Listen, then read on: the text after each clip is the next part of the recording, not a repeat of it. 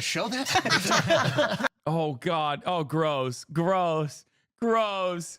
That's gross. Glaze! You did not think it's that funny. You did not think it's that funny. God damn. Have some self-respect, dude. That is... Woo! Anyway, let's listen to Donald Trump. I want to hear Donald Trump on Andrew Schulz. Let's see what Let's see what my goat is saying. Try to take you out. So I'm going to give you some big breaking news, right? Barrett is 18. He's handsome. He's tall. He's rich. He's got the whole ball. He's unleashed in New York City. Are you sure you want to reverse Roe v. Wade now? I'm going to make this country great again. It's not a great country right now. It's always a great country. See, It's always a great country. Okay, but I'm good with names, you know. You are. Tampon Tim was good. Is The that? problem with Tampon Tim, it's hard to say. There are some, like Comrade Kamala. It's a little hard to say. She's not bad, but when you put the names together, it's a little, you got to be able to pume. Did it. That was the best dodge of the question. You know what? You almost charmed us out of it. And they know it's a lie. She lied about many things. And Hello, everybody. Welcome to Flagrant. And today, this is the first time that we've been able to say this. We are sitting down with Mr. President. Mr. President, thank you so much for being here. thank you very much. Thank you, fellas. Thank you, sir. Appreciate Yeah, it. this is awesome. We have a bunch of questions. We're very, very grateful for your time. Okay. I just became a dad. My buddy over there just became a dad, Mark. Yep. That's and good. Okay, so here's first question. Great. You have these children that are seemingly well-adjusted, successful, and I think most importantly, they appear to like you. Yeah. Okay, They better. I grew up in I grew up in the city, and there's a lot of people who had like very wealthy parents, and like the kids kind of resent them. They're almost like waiting for them to like die, and they end up in like rehabs, Doing and all this drugs, other God stuff. knows what, yeah. How do you raise them in the public eye where they, still Yeah. become ambitious and successful? So I do have good kids and 5 really wonderful children and different. This is great content. And if you don't recognize this as great content, I don't know what to tell you. Chat is getting in its own way once again. If you have any issues with this, like this is going to be good. Very different. Yeah, they are so different. But you know what? And it has 2.7 million views in one day. One thing that was in common that I did, I always used to say when I was with them or when they were leaving a room, I would drive them crazy. No drugs, no alcohol, no cigarettes. I would say that. Did you say that to Don Jr.? Yeah, Don's a little wild. He's a wild. Yeah, he does coke. Yeah, he can be a little tough. He told me a funny story. Go ahead. Okay. I talked to a bunch of people. I was trying to, prepare for this Right, interview. right. He told me a funny story. And he said to me, he goes, once he asked if he could have a couple of his friends over for New Year's. Was it New Year? No, it was July 4th. Right. On top of Trump Tower. Right? And you said friends. yes. He's like, I want 5 friends. You're like, okay, I'm out of town. Go for it. He brings 200 people over to Trump Tower. Okay? That's right. Okay. He says that you weren't supposed to be there. You end up showing up. You hear some noise upstairs. You come up. You go, what the fuck is everybody doing here? Get the hell out of my house. He said he cleaned for the next 36 hours. And he said, to this day, you have never brought up that it even happened. And he said, I'm starting to believe it might not have happened. So said that's can, almost you give happened. him, can you give him closure? No, it happened. No, I can never give closure. You can never forget. A lot of people like to forget things. You can't know. He's a good guy. And, he's taken a lot because he was always a good student. He went to the Wharton School of Finance, which is great, and he did well. But he went into the world of politics not because he wanted to, but because I was there, and I sort of automatically you drag the family in. Mm-hmm. And this guy, what he had to go through with Russia. He goes, Dad, they're asking me questions about Russia. I don't know anything about Russia. What's going on? And all of a sudden, he's in front of grand juries. He's in front of Congress. It was a hoax. It was a total hoax. Yeah. This was a made-up hoax by crazy Nancy Pelosi and these, the maniacs. Yeah. Hillary Clinton, who's totally nuts. And this went on for 2 years. And he'd always say, Dad, I know nothing about this stuff. And he'd go before the grand jury. And, Comey, you have Comey, who's the worst, just a bad guy. Just the worst. He went through a lot. And it actually made him tougher. I don't know if that's good or bad, but he's a tough cookie, that one. Yeah. And it made, in his case, it made him tougher. Ivanka did a great job. She didn't want anything. All she wanted to do was get people jobs. I would have made her the ambassador to the UN. I wanted to do that. I think she would have been. What? I do think this is bad as a softball interview, man. You criticize it for other people you don't like. Why not Trump? Wait, what? Yeah, I know it's a softball interview. What the f- are you talking about? We've moved past that point. Now is the time to see how normies are going to see Trump in an appealing fashion and what that might do for his election chances. After the Theo Von, I was like, bro, Donald Trump is getting humanized at an alarming rate for a lot of the low propensity voters out here in this entire podcast circuit. At first, I was like, the Aiden Rogers is like, it's neither here nor there. But having said that, since then, he's done a lot of these media placements and he's cooking. He just comes across as very normal. It's definitely, I think it's definitely working. Yeah, his vibes are very 2016, witty, off the cuff, smooth. Yeah. Been incredible, the whole aura. In my opinion, it's bizarre that you interviewing a Yemeni teenager is considered outrageous and immoral, but clowns interviewing a monstrous war criminal is applauded. The West cesspool of hypocrisy. You don't need to agree with this take, but it's the truth. Oh, no, 100%. No, absolutely. I said this after the 9/11 comment. People, I got banned for that. People say Iran deserves a nuke every day, and you get elevated for saying things like that. It's because around these parts, we don't see people on your side of the world as human beings. That's it. That's it. It's pure Western chauvinism. It is the underpinning of empire. It is the only way to keep up Western imperialism without ever considering the violence that we're dishing out. She would have been great, but she didn't want that. She didn't, and that would have been a very glamorous position. Yeah. She would have been. Did we forget that this man literally just said Haitians are eating cats and dogs? What are we talking about? He sounds normal. He does. He sounds normal here. That's the problem. People forget that he said he's eating cats and dogs. Well, you know how people could remember that? If Kamala Harris actually launched a counter messaging campaign against his anti-immigrant screeds. Yes, 2 days ago, this motherfucker said immigrants have bad genes that cause them to murder, dog. That was not even a week ago. He said that. But especially in this day and age, in this media cycle, if one major group is not constantly hammering that point, people are going to forget. People are going to move past it. So take it up with them, not me. What do you want me to do? How much more can I cover Trump's eugenics? People literally forget that there's a 3-minute ad break at the top of the hour here, okay? And I repeat that shit at the top of the hour every hour, and people still forget. And then I tell them, if you no longer want to see those ads, all you need to do is subscribe, which you could do for $6 or for free. People forget that too. People forget that you can get gifted a sub if you're lucky. Been great there.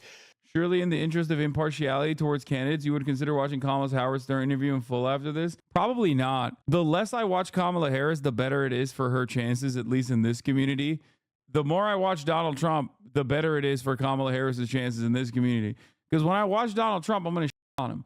When I watch Kamala Harris, it makes me want to myself in a video game. All she did is go to see companies and hire people. She wanted, and she hired, I think it was 10 million people, some incredible amount of people. She'd go to Walmart, she'd go to Exxon, she'd go to these big companies and see if she could get groups of people hired. Yeah. And she loved doing it. It was great. And there was no glamour, there was no anything, but she got people jobs that made her. So how do you instill the ambition in the kids? I think a lot of kids that grow up with wealth, they kind of are lazy and they feel like they have no direction in life. And a lot of times they turn to drugs and other shit. How do you instill the ambition?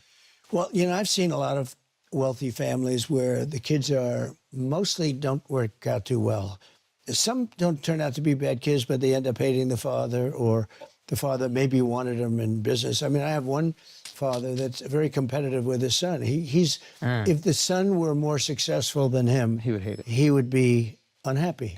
I said, "Are you crazy? It's supposed to be the other way around." That's awesome. My father was so proud of me. He was a successful guy. Dog, your father bailed you out 11 times. What are you talking about? And you still bankrupt the casino. Yeah. But my father wanted me to be more successful. I mean, he was so proud of all the things. I wish he could have seen what happened because we did things.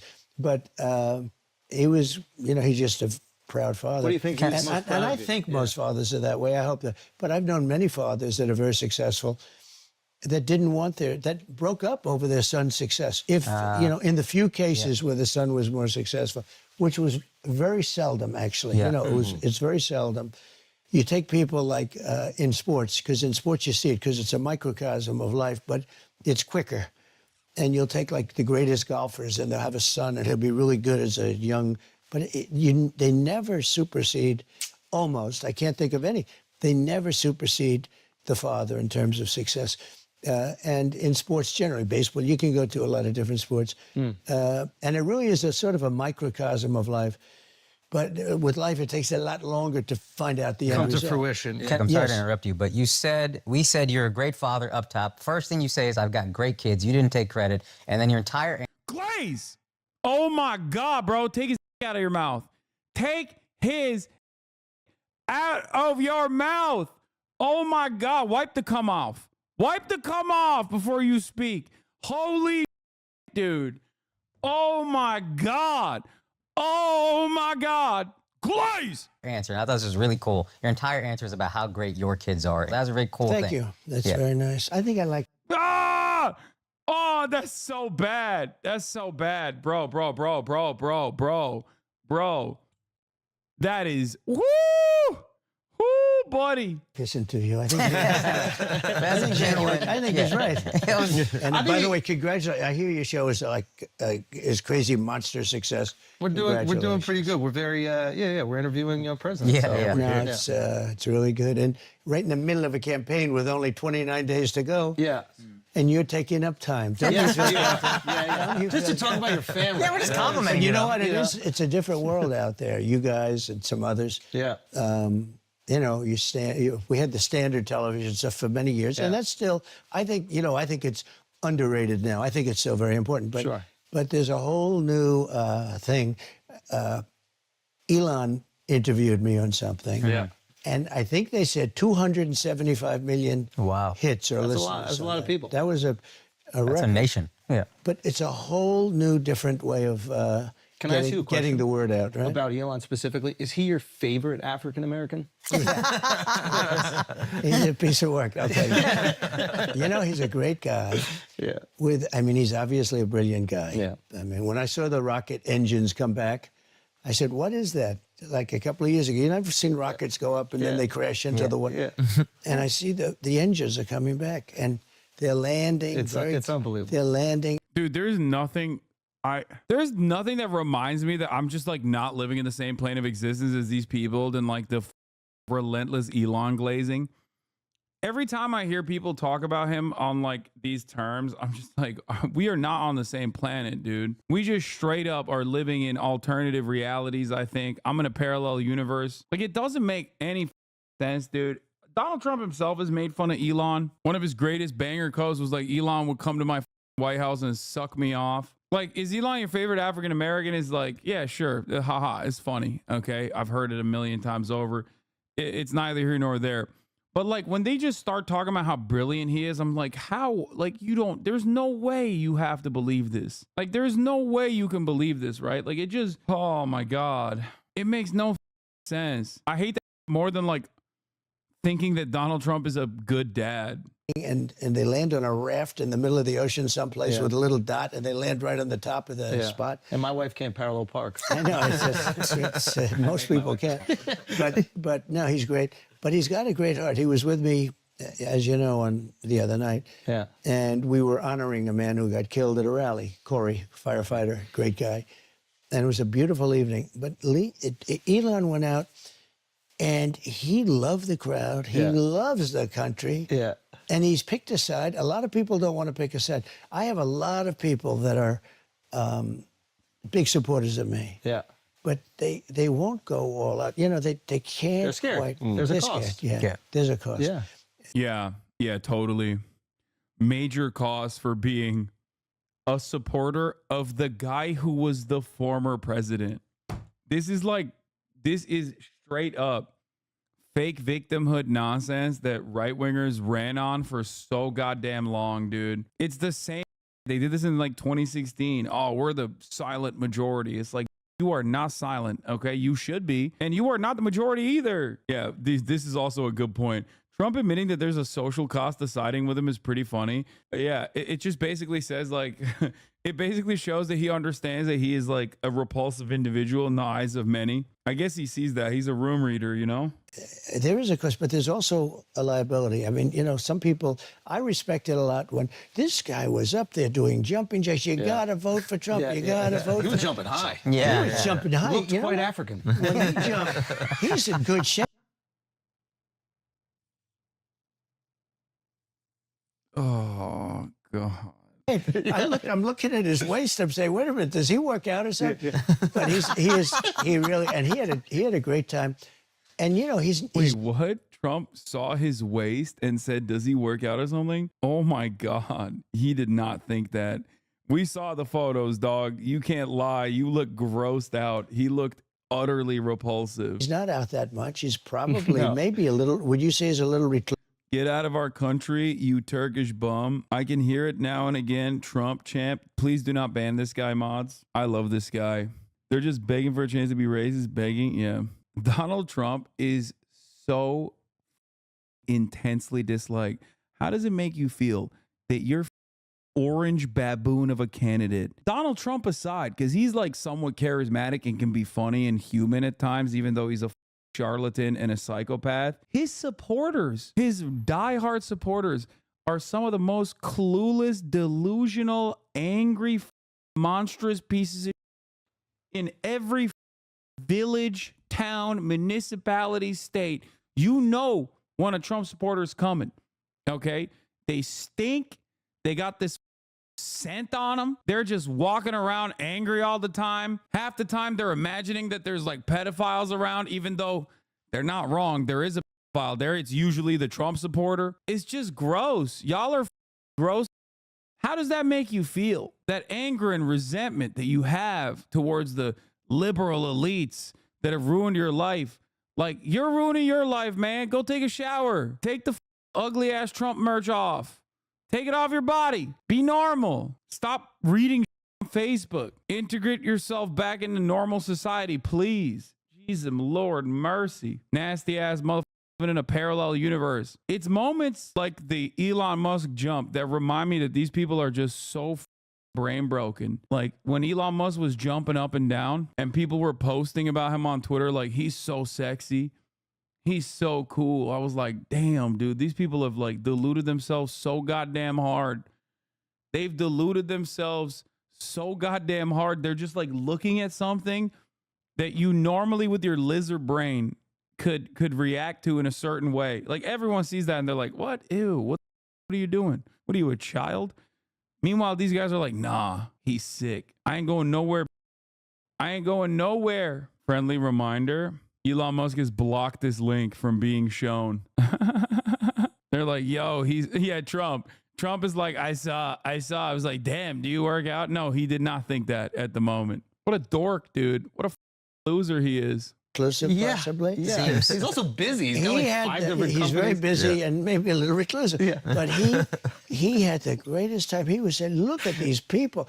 We had 100,000, more than 100,000 people. Yeah, that's what I saw. It was a record. It was, nobody's ever seen. And it was really, it was a celebration of a life. And it was really it was a mega deal. Yeah. And he was a big MAGA person. His family was there. And 2 other people that were very badly hurt were also celebrated. They were very badly hurt. They weren't actually expected to live. Yeah. And they lived. And they had incredible doctors.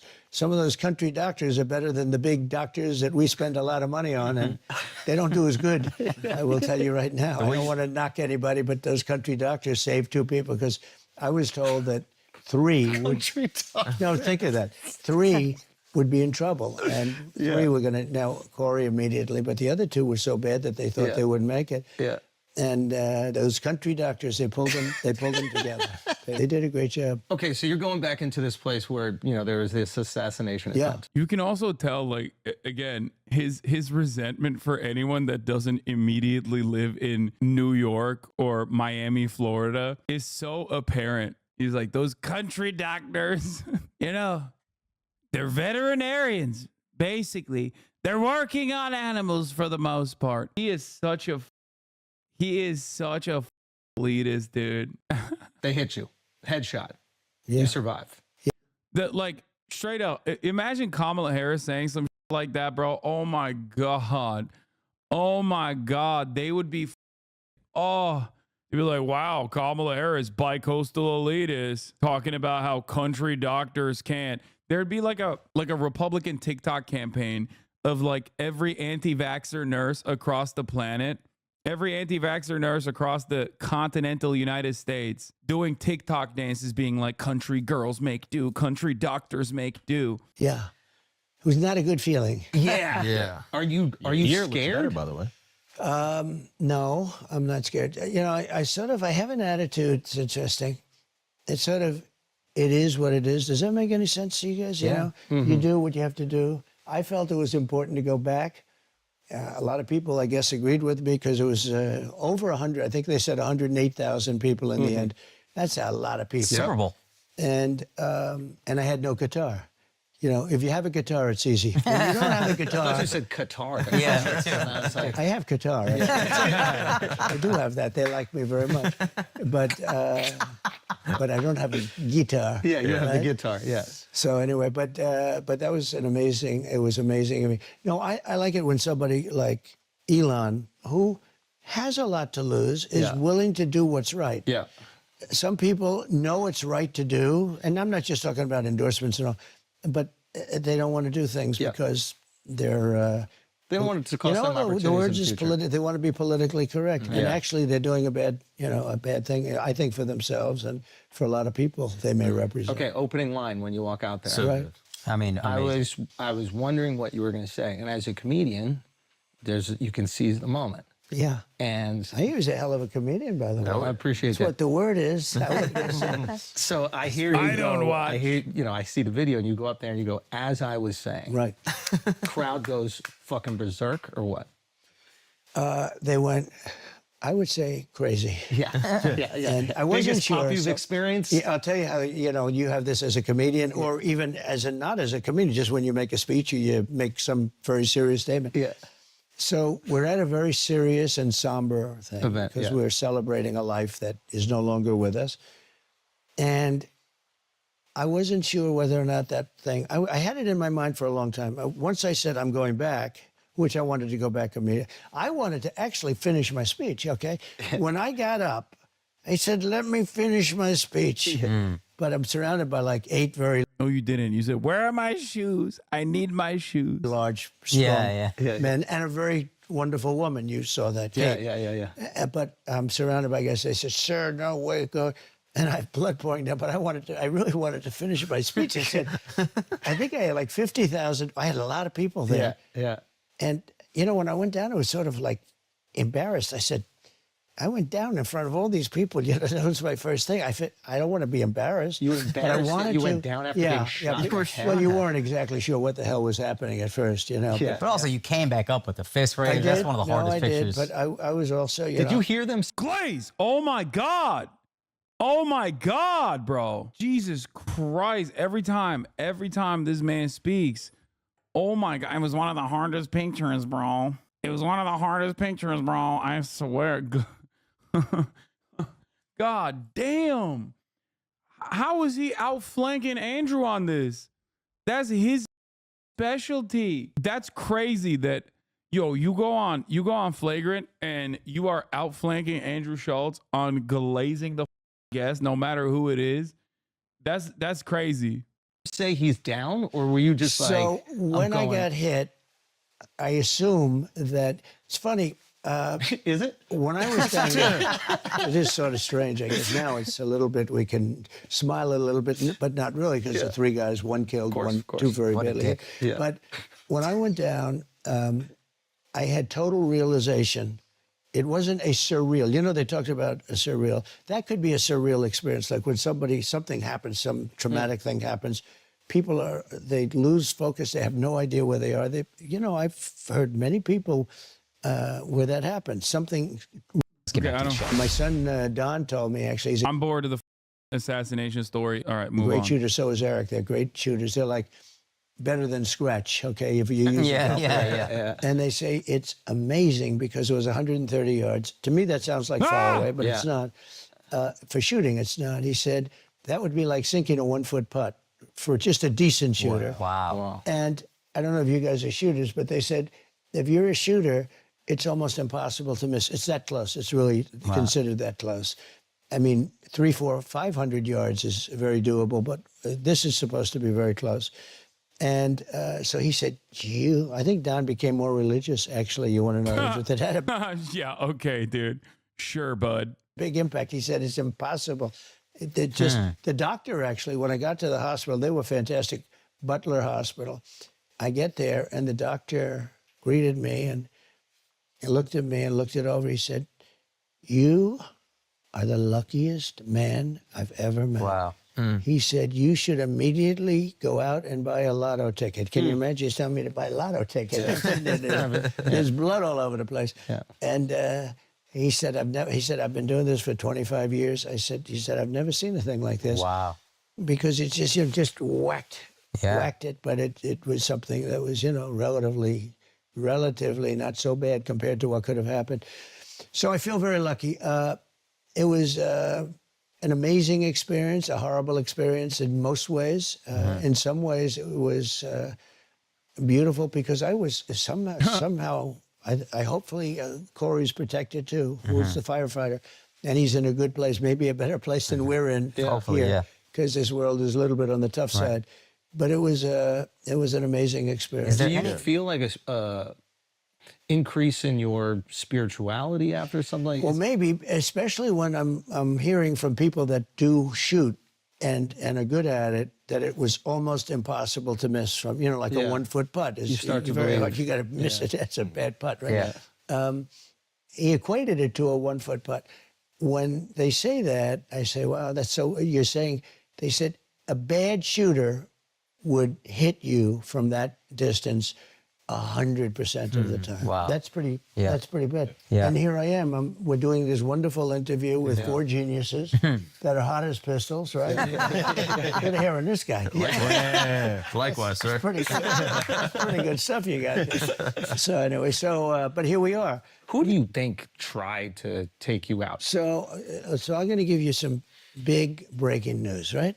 Love that. Because I know the kind of show and it's entertainment, but it's also very serious. I mean, I get the whole picture. And you know what? If it was just funny stuff, you wouldn't have the success you've got, to be honest with you, right? Yeah. It's nice to intersperse it, but I'll give you something. So, first of all, I have great respect for the Secret Service. And the guys that were with me, I went down and I did a good job going down because those bullets were winging over my head. If I would have been up for another couple of seconds, I also wouldn't have been here. Yeah. But I didn't consider that as lucky as turning to the right at that it was like 1/16 of a second. Yeah. Was the only time that Yeah. I was safe, essentially. Right. If I would have gone a little further, I would have been hit. If I would have gone not as far, I would have been hit. I mean, I had like this little tiny moment. And the amazing thing is the sign is always on my left, and it's always at the end. Oh my God. Oh my God. Who does Trump think tried to get him? Okay, that's a good question. And I only use it because you have this shooter, and you have Wow. the shooter. So you have this shooter, and you have another shooter, right?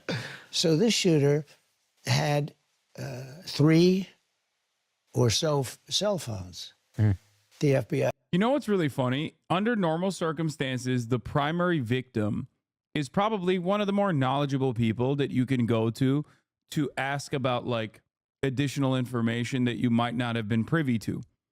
But Donald Trump is such a serial liar that immediately when he starts talking about like the shooter or what their background is, I immediately am like, there's no way what he's saying is truthful. Like I just caught myself. As soon as he started talking about the cell phones or whatever, I was like, oh, he's going to lie. I don't even know if he's actually lying here, but I'm so used to him just like lying about every basic fact, about every single thing, that immediately I'm like, oh, he's probably going to lie here. It's a funny situation. Guys never gotten them opened.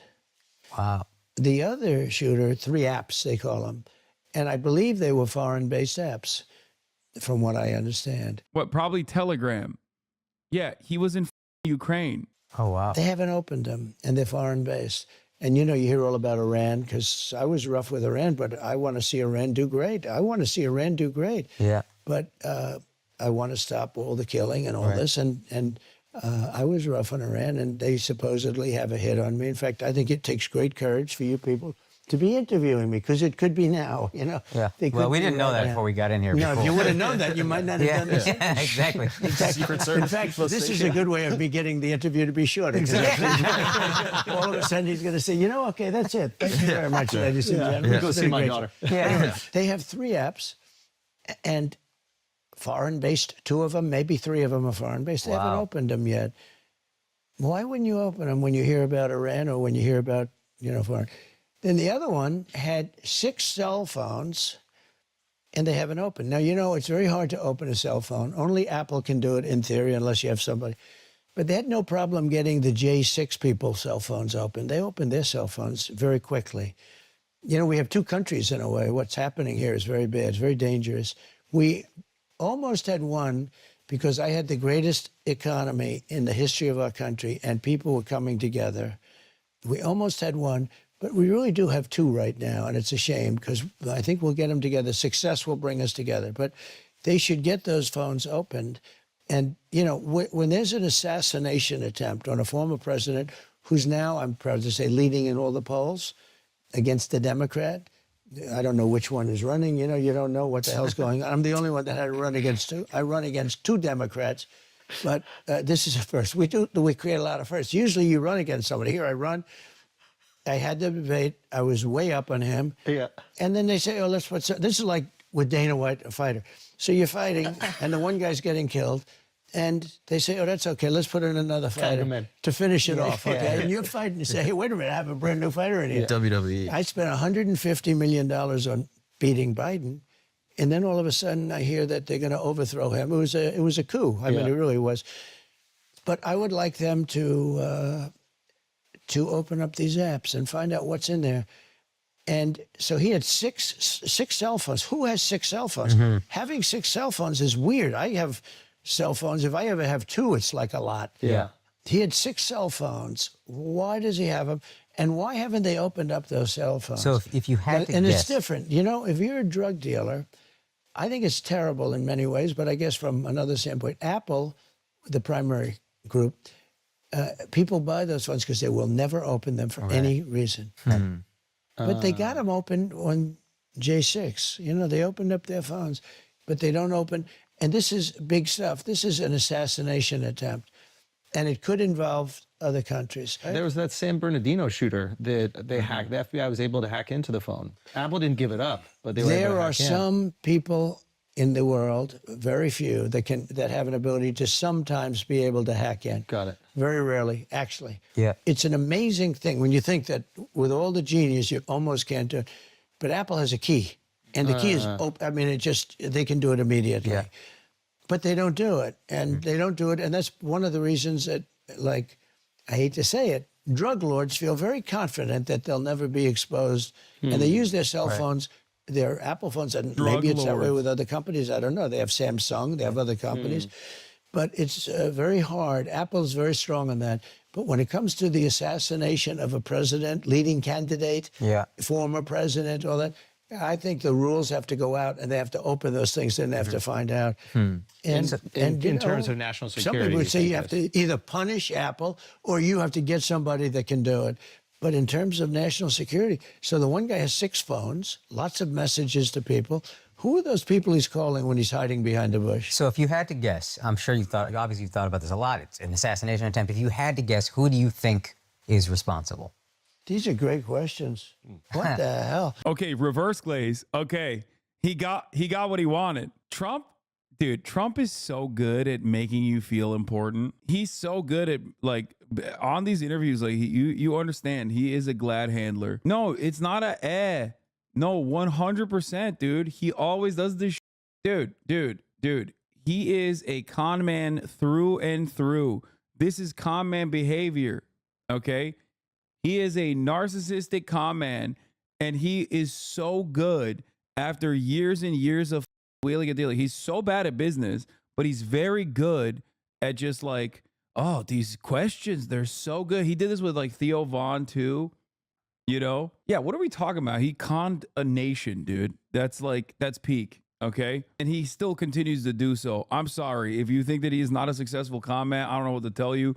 He literally conned like tens of millions of Americans into thinking that he gives a single solitary about them when it is so obvious he does not. Okay. And he's not like a particularly smart individual either. I don't get these questions from the fake news. Yeah. Rosie O'Donnell's not asking Like this. Deface the Nation. They have the woman on Brennan. She's on Deface the Nation. She was terrible with the way she handled J.D. Vance, who did a great job the other night. He did do a great job. But I don't get questions like that. Did you ever hear of the show? Deface, ladies and gentlemen, it's Donald Trump on Deface the Nation. It's called Face the Nation. They hate me. Yeah, he loves his little jokes. It's called Face the Nation, but you see what I did there? I call it Deface the Nation. Oh, he loves his little jokes, man. Explaining his joke. They spend millions of They would dollars. name a show that? Oh God. Oh, gross. That's gross. Glaze! You did not think it's that funny. God damn. Have some self-respect, dude. You got some cummies in that mustache. Wipe it off, Andrew. Oh, I see. You didn't hear of it. That's good. They spend millions of dollars on the name CBS. Yeah. And then I come along and I say it's Face the Nation. Okay, he's still explaining it. Come on. Yeah. Or Meet the Fake Press. Meet the Press. You're good at this. I say Meet the Fake Press. Yeah. Oh, he thinks this is genuine. Trump is reading this as genuine enthusiasm. Oh God, this is so stupid. It's like, wow. Oh, tell me more, Mr. President. Spend all this money, and then I say it once, and it goes to millions of people. Yeah. But no, they are fake. But some of these questions are much better. Well, thank you. I appreciate that. I'm honored. Much better. You still haven't answered, though. That was the best dodge of a question. That's your second best dodge in your life. You almost charmed us out of it. Trying to get out of it. All right, fair enough. Well, look, if you look at assassinations or attempts, first of all, you realize I'm in a very dangerous business. Yeah. Okay? Yeah. Because 1/10, think of this, 1/10 of 1% of auto races die. Yep. Bull riders, I think that's pretty dangerous, right? Yeah, I don't know much about it, but I think I wouldn't want to be on one of those suckers. No. Yeah. I see them flying off and the hoof is like an inch from the eye, and when it hits the eye, you're gone, Game right? over. Yeah. And they are well, it's about the same. 1/10 of 1%. Yeah. They're laughing at him, not with him. He's reading it as they're laughing with him. But the real reason why they're laughing is because they're laughing thinking about their bank accounts, okay? They're like, oh my God, we got a softball interview with Donald Trump. We are going to do such insane numbers, okay? Which they did. 2 million views in a matter of a 24-hour time frame. It's pretty good. And other things. It's never much more than that. That's sort of maxed out, I think. Yeah. Race car drivers, bull riders, I think that's pretty much tough. Yeah. UFC fighters, it's none. I don't think anyone's ever actually... Not in UFC. In MMA or boxing, Maybe. unfortunately, It must there was be. those tragic events. Yeah. Amazingly, boxers die a lot.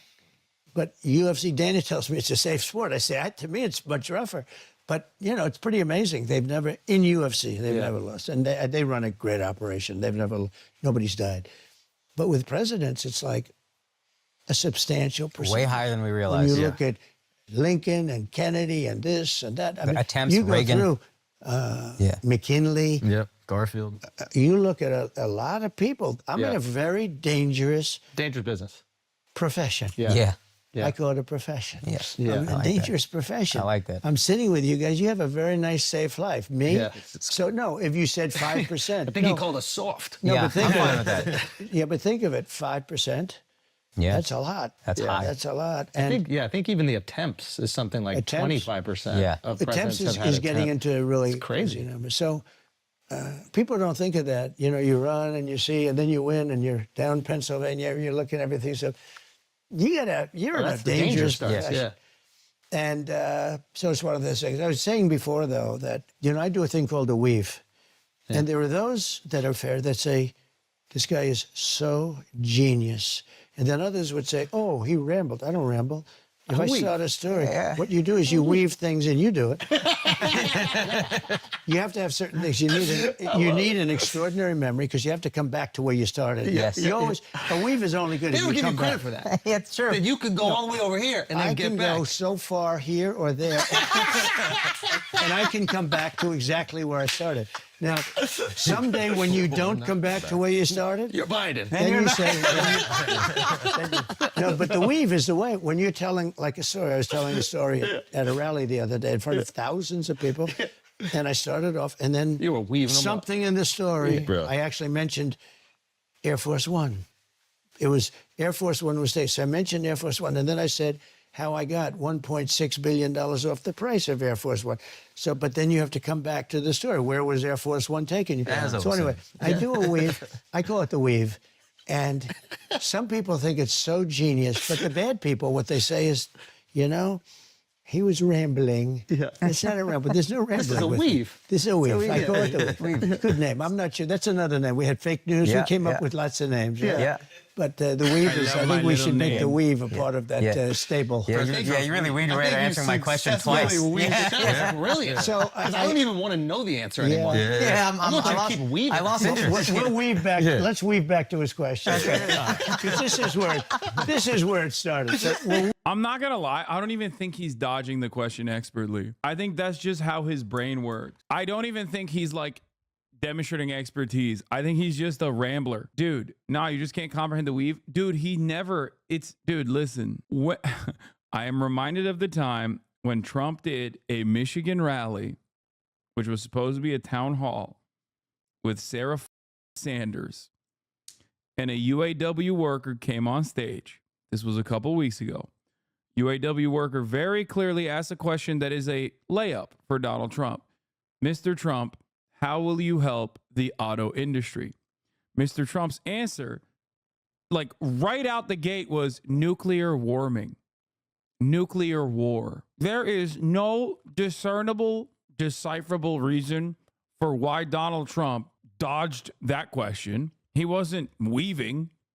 He's just that guy. He's just like that. weave back to us. I sort of hate answering it because I don't want to give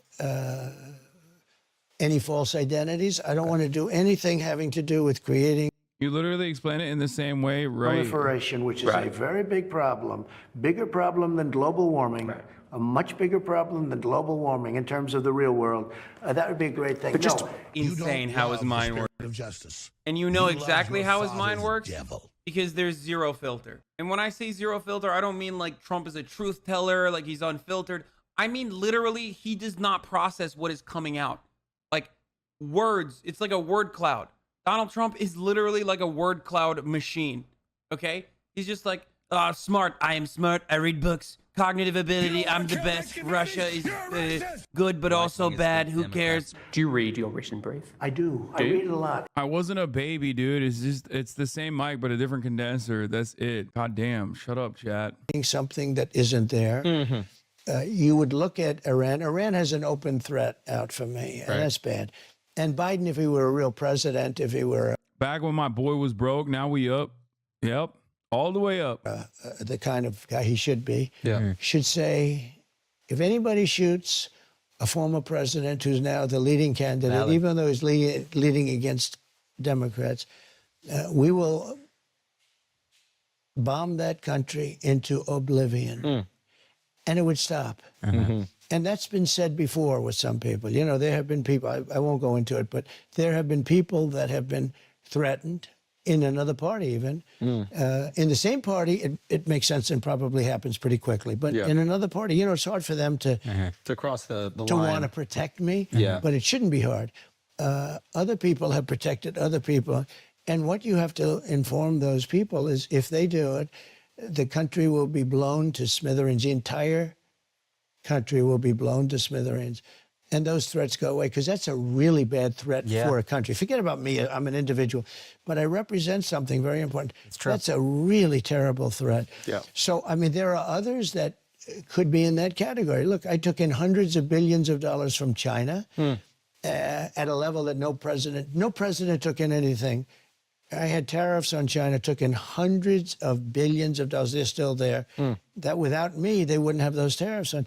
So you could say, but no, I think Iran would be the one. All right, guys, let's take a break for a second because we got to shout out the great. It was tough with other countries, but I got along very well with them. But, you know, we were like a pussycat. We were ripped off by every nation in the world, and some of the worst rippers were our so-called allies, people countries that we supposedly get along with us with, but they're the ones that took advantage of us on trade at a level like, you know, I mean, I ended some of the dumbest trade deals I've ever seen and made them much better for the country. I mean, what difference does it make? I took a terrible trade deal, would make it a good trade deal. But like Japan, I redid the trade deal. South Korea, I did the trade deal. The deals. I went to Abe of Japan. I said, Shinzo, he was assassinated. He was as you probably know, he was incredible, great man. He was a great leader for the people. They loved him. I said, Shinzo, look. They literally, okay, no. We can't do this. The trade deal is so bad. We're friends, but I have to renegotiate the trade deal. And he said to me, I knew that would happen. I said, why did you know?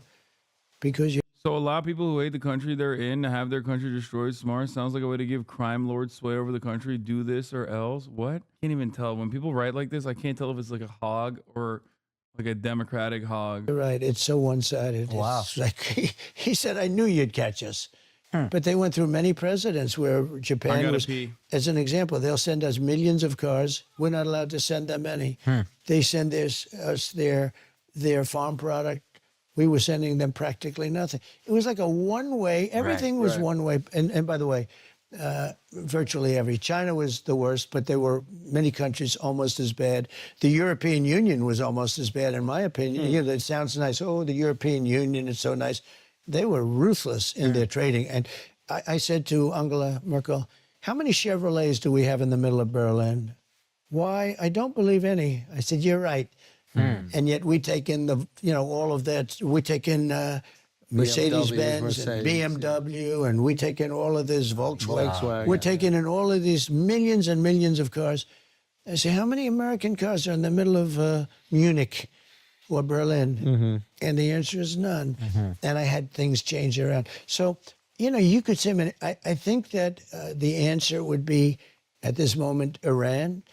And I think they could catch him. And if we had a real president, which we don't have a real president. We have a man that is grossly inept.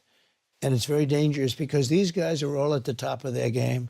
When you talk about President Xi and you talk about any one of the leaders in the world, Macron, and he's a smart guy. He's all for France. I mean, he would take the shirt off your back if you didn't know what you were doing. So when you're with these guys, are these guys all sharks? Yeah. And you can sense the energy immediately? Yeah, not all of them, but some of them aren't sharks in terms. How are you assessing personality? Okay, Viktor well, Orban, that's my goat. I can tell you, like Great. Modi, India. Yeah. He's a friend of mine. He's great. India. He's the nicest. India. This is for you. Oh, good. Well, I'll tell you. Do you like him or not? Yeah. Do you like him? I have family on both sides of it. I have well, family let me that tell loves you. everything and family I'll just that's tell not. you, though. You need him. I know. Well, they had, before him, they were replacing him every year. It was very unstable. He came along. He's in a lot and for he's infrastructure. great. He's a friend of mine. But on the outside, he looks like he's your father. He's the nicest, total killer. What do you think of Modi? I don't know. What do you think I think of Modi? Indian Adolf Hitler? Yeah, no, I don't like him. Yeah, no, not a fan. Because I asked him, Yeah. we're talking, we did a thing called Howdy Modi in Houston, Texas. Oh, right? yeah. And they filled up the stadium. It was me and him. We filled up the stadium. It was beautiful. No matter how many so sorry videos I watch where they draw them all cutesy and still Indian Adolf Hitler. Not a fan. 80,000 people was going crazy. And we're walking around today. Maybe I wouldn't be as, maybe you wouldn't do that. But we're walking in the middle, waving to everybody. Anyway, but we have a very good relationship. He's the nicest human being. But we had a couple of occasions where somebody was threatening India. I said, let me help. I'm very good I actually really wanted to hear your thoughts on his uneven trade deal comment with the EU. He's talking about, I think he's talking about NATO security contracts that he re-examined, that where he demanded that like NATO nations give more, like put more money in themselves and not simply rely on American defense. And that's it. And basically what ended up happening is, after considering that as the most anti-NATO position you could arrive at, the Democrats followed through on that. They never even changed that policy. Good with those people. Let me help. I will do it. I will do it. Then I will do anything necessary. We've defeated them for hundreds of years. Wow. He was talking about a certain country. Okay? Yeah. You can probably guess the country. Yeah. Can't fathom which. You know the country. Yeah. But I said, whoa, what happened there? What happened? So, no, they're all tough and they're all smart. And some are very good people. He's a good person. There's some are good people and some aren't good people. But they're all at the top of their game. And we have her, who is now more important than him, I guess, although he's still president of this country. And we're talking about nuclear war, and he's not capable. He doesn't even know what it is. He said yesterday, when they talked about should they hit Iran's nuclear, no, you shouldn't do that. I said, no, it's sort of just the opposite. Because the nuclear is the biggest threat we have in the world today. It's not global warming where the oceans are rising 1/8 of an inch in the next 500 years. Right. The threat that we have, the biggest threat is nuclear war. Yeah. You seem Because- concerned about that. I am, because it only takes one.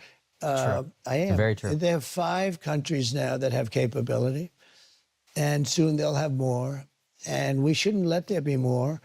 And I was at a point, very good, despite the... Yeah, which is why I ripped apart the Iran denuclearization agreement. That was Barack Obama's signature foreign policy accomplishment, simply because Israel wanted me to do so. Like, I Barack Obama quite a bit. That, unironically, was his signature foreign policy accomplishment. That and normalizing relations with Cuba. And Donald Trump came in and was like, Israel doesn't like this. I'm cutting it out. And it's so funny that, like, yeah, that deal took years to make. Yes, it is a deal that that had European partners working on it for decades. And he was like, yep, nope. Why are you pro Iran not having deterrence? I'm on board with normalizing relations with Iran. If they don't build nukes, that's fine. Like, ultimately, I don't have an issue with Iran having nukes. Okay, I know that this is going to come across as like a crazy thing for me to say. In this day and age, if you want to be a sovereign state, you got to have nukes. You know, this is the Hasanabi nuke doctrine. Okay, same goes for Ukraine. Big for Ukraine, giving up the nukes. Don't give up the nukes. Do I got to run the Hasanabi doctrine back? The reality is, no one should have nukes. Okay, no one. But in this day and age, give up the nukes. You don't have nukes. You literally just said you didn't want them to have them. So nice save with the Hasanabi doctrine. Yeah, I'm saying that if it meant stopping your nuclear program, that would have inevitably normalized relations with Iran for the rest of the world instead of crippling sanctions, and Iran said yes to it, then yeah, I'm on board. That's it. What do you want me to do? Behave like a Redditor? And be like, excuse me, Ayatollah, you're making a big mistake, sir. You should continue with your nuclearization program. The Russia hoax. It was a total hoax, and we were totally exonerated and everything else. I could have told them that the first day, but that causes, a lot of problems. Yeah. A lot of problems, and they're a big nuclear power. We were close to a deal for getting rid of nuclear weapons. It would be so good. For all countries or just Russia? We were talking about Russia, ourselves, and China. Oh, wow. And we would then bring everyone else into it. And So I also personally think, like, Israel, again, demonstrating hubris. Again, Israel thought they could just keep assassinating everyone that is a part of the Iranian nuclear program, and even others who are not even a part of, like, enriching uranium or whatever. And that is the way that they would be able to stop Iran from developing nukes, developing nuclear warheads. Now, that might be wrong. That might prove to be wrong. If you ask the American State Department, they say Iran is 3.5 seconds away from having a nuke every goddamn week. So yeah, I think that diplomacy would have probably been a better way to do it. But the reason why Israel didn't want it is because they don't want normalization with Iran. Okay, they do not want any normalization with Iran whatsoever. And that is precisely the reason why they told Barack Obama, shut up, what are you doing? That's why Benjamin Netanyahu came and spoke in front of the U.S. Congress when Barack Obama facilitated the Iran denuclearization agreement. Strongly. You all would get rid of your nuclear capabilities. Denuclearize, yes. We were going to get rid Totally of denuclearized. nuclear because it's too powerful. Yeah. It's too much. Yeah. You know, my uncle, Dr. John Trump, was the Country doctor.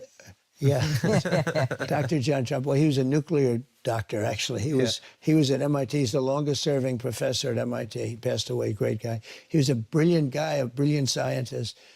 And he used to tell me, he said, a long time ago, he'd say, Donald, someday it's very dangerous. Somebody will be able to carry a small briefcase into a building in New York and blow up the entire city. Oh, wow. I said, you gotta be kidding me, Uncle John. That will never happen. He was like a really brilliant guy. He was there for, I think, 41 years. He's the longest serving professor in the history of MIT. Oh, wow. So when I understand physics and when I understand things well, they say, how come there's good genetics. You know, I'm a believer. Are you guys believers in that? Were your parents funny? Were they comedians? Yeah, my mom's. Oh my God, he's gonna do this is my favorite Trump take. This is one of my favorite rare Trump takes, okay? He's gearing up for it. He's gonna say, because his uncle is so brilliant, he's also brilliant. But he doesn't want to say it directly. So he's just being like, oh, you're funny, right? Your parents are funny. That's me and my uncle. Osmosis. It's in the genetics. It's in the genes. Side was is Scottish, and Fellow Scottish, yeah. Oh. Scottish women tend to be. You know, pretty- my mom. Yeah. I was going to ask you about that. Yeah. And she was great. Which is that where you get your humor Yeah, from? well, I'll tell you what. England at the time, they yeah. They fought call them it. for 1,000 years trying to get them undertow. They couldn't England, as they call it. do it. Couldn't do it. They're very tough. That reminds me of my mother, come to think of it. Now, my mother was a It's so funny to make the Scottish come out to be like Irish. Like, no disrespect to the Scots that despise England, but like historically speaking, I don't think that the Scottish behaved in a similar fashion to the Irish. Yeah. I feel like they were more willing participants of the process. Then what is Braveheart? It might surprise you to learn that Dr. John Trump is not the longest tenured professor at MIT. Did you know Scots are overrepresented in both the Royal Army and the police force? Wow. I'm shocked. I had no idea. My mother was great. She was Stornoway, Yeah. the Hebrides, right? That's, you know, that's really serious Scottish. Yeah. But she was great. But it is true, when you see Braveheart, that was one of many times, you know, for hundreds Did you of watch years. that with your mom? To be fair to the Scottish, the pathway was a little bit easier. When you have the worst parasitic force, the worst historic parasitic force at the time, right there on top of you, you know, it's going to be difficult to resist for extended periods of time. That's, you know, that is, I think, the most significant aspect of the difference between the Scottish domination, like the colonial domination of Scotland versus Ireland. Any chance? No, I didn't get to. I'll tell you, I saw Braveheart. I think Mel Gibson is a very good guy. I've met him. Oh, they are. They literally. Oh, dude. Chat will be like, Trump is such a dumbass, and then Trump is just repeating Chat's exact same talking points earlier. Scotland, Mel Gibson. He's a great guy. I love Braveheart. I'm brave like him. A number of times, good guy. But I'll tell you, that was super Mel Gibson in his prime. Oh, yeah. So, yeah. and I was on a plane, and there was absolutely nothing to do. It was one of these planes that you couldn't make calls, you couldn't do, and they had tapes. That's all planes for us. And they showed me they showed me, sir, we have 20 tapes. And I looked at the tapes, and they were all, and this was like 20 years after it was made. This was probably 6 years ago. I never saw Braveheart. Okay. And Oh, wow. they showed me a tape. I say, all right, let's put that one on. And within about 4 minutes, I said, "This may be the greatest movie I've ever seen." Incredible. It's incredible. Within 4 minutes. No, I'm a Braveheart fan, but you've seen it. Oh, Yeah, dude, yeah. I saw it with my mom. She was how good? emotional for like a That's- week. I wish I saw it with my Yeah. mother, but it was great. Was that your Braveheart moment? Like after getting shot when you stood up? No, no, you No, don't, never you take don't my think freedom. of that in those moments. You do what you do. Yeah, thank God you weren't thinking about Mel Gibson. No, but he's good. But he was when he in prime time, he was great. unbelievable. I mean, at a that, run. you know, his look, his way, you couldn't have had a better Yeah. guy playing it. But that was a great movie. So, Yeah. but it is true, England, and you know, Scotland fought at for the years. time, for 1,000 years. Yeah, I mean, yeah. they'd have the battles with thousands or once at thousands, Yeah. and they run at each other. Yeah. Tell me that. I you mean, think, the- you yeah. think that takes guts? They run at each Yeah. other, I think so. knowing they're going to pretty much die, right? The Roman army built walls to keep out the Scottish when they were up in England. yeah. They were Yeah. afraid of the Scottish. They were yes. afraid. The Scottish people, they're tough people. They're good people. Actually, they're very great people, but they're good fighters. But your mom was funny. She was funny, yes. That's what I hear. She I was- hear she was. had a great sense of humor, and my father loved my mother. You know, they were married for. Yeah. Polar opposites, though. Yeah, my father was German, Serious. serious, but good. He was a tough guy, but he had a good heart. When he walked down the street, and they would say we could walk down the street, Yeah. he would always give something to. If there was somebody that had problems, he used to have the can and a pencil. You know, the can out. My father would always put $100 in that thing. wow. He'd always do it. Now he had a tremendous heart, but he was a tough guy. He was tough. He was just like no nonsense. It was firm.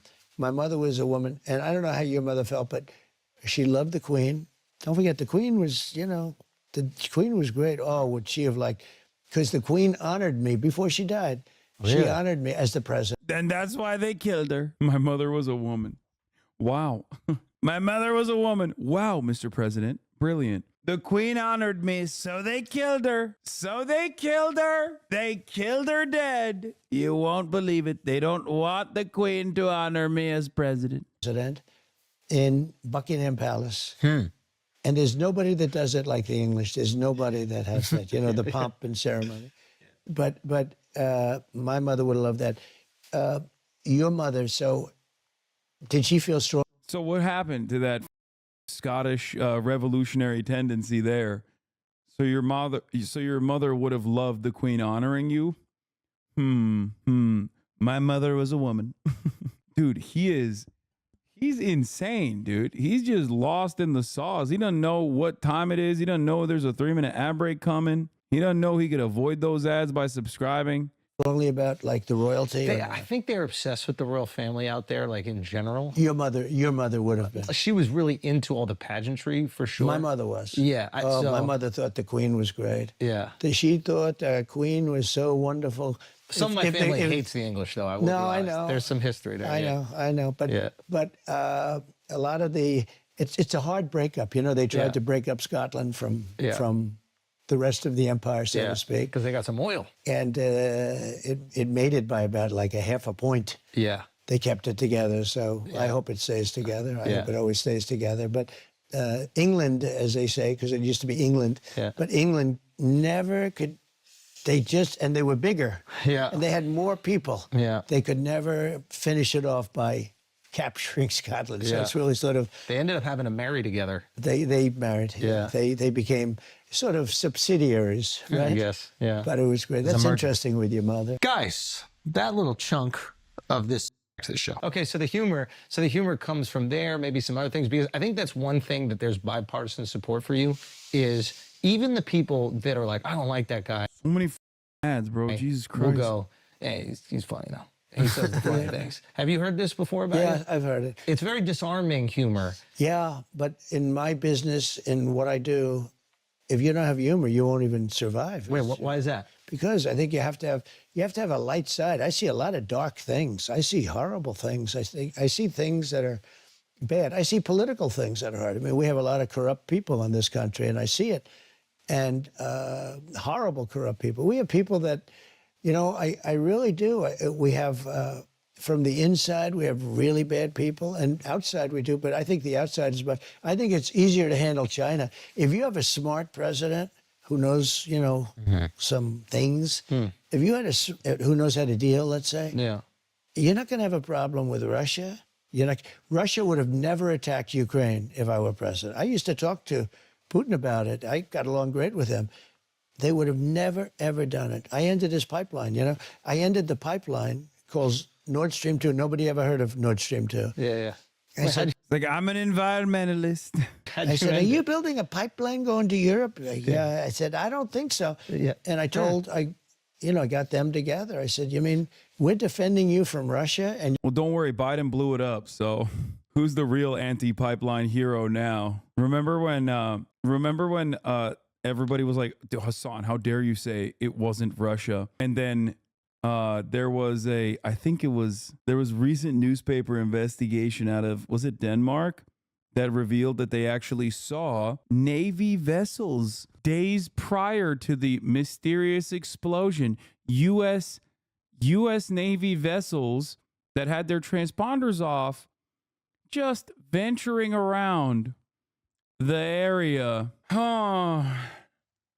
Must be weird. It was also weird because, it was also simply weird to me that everyone that investigated the matter just kind of told everybody shut the up about this, A few days before the explosion that destroyed the two Russian-German natural gas pipelines Nord Stream 1 and 2, which are laid on the bottom of the Baltic Sea, U.S. Navy warships were on the scene. They had switched off their transponders, and when the harbor master of Christianso Island sailed to them because he noticed this and suspected an accident, the U.S. Navy ordered him to turn back immediately.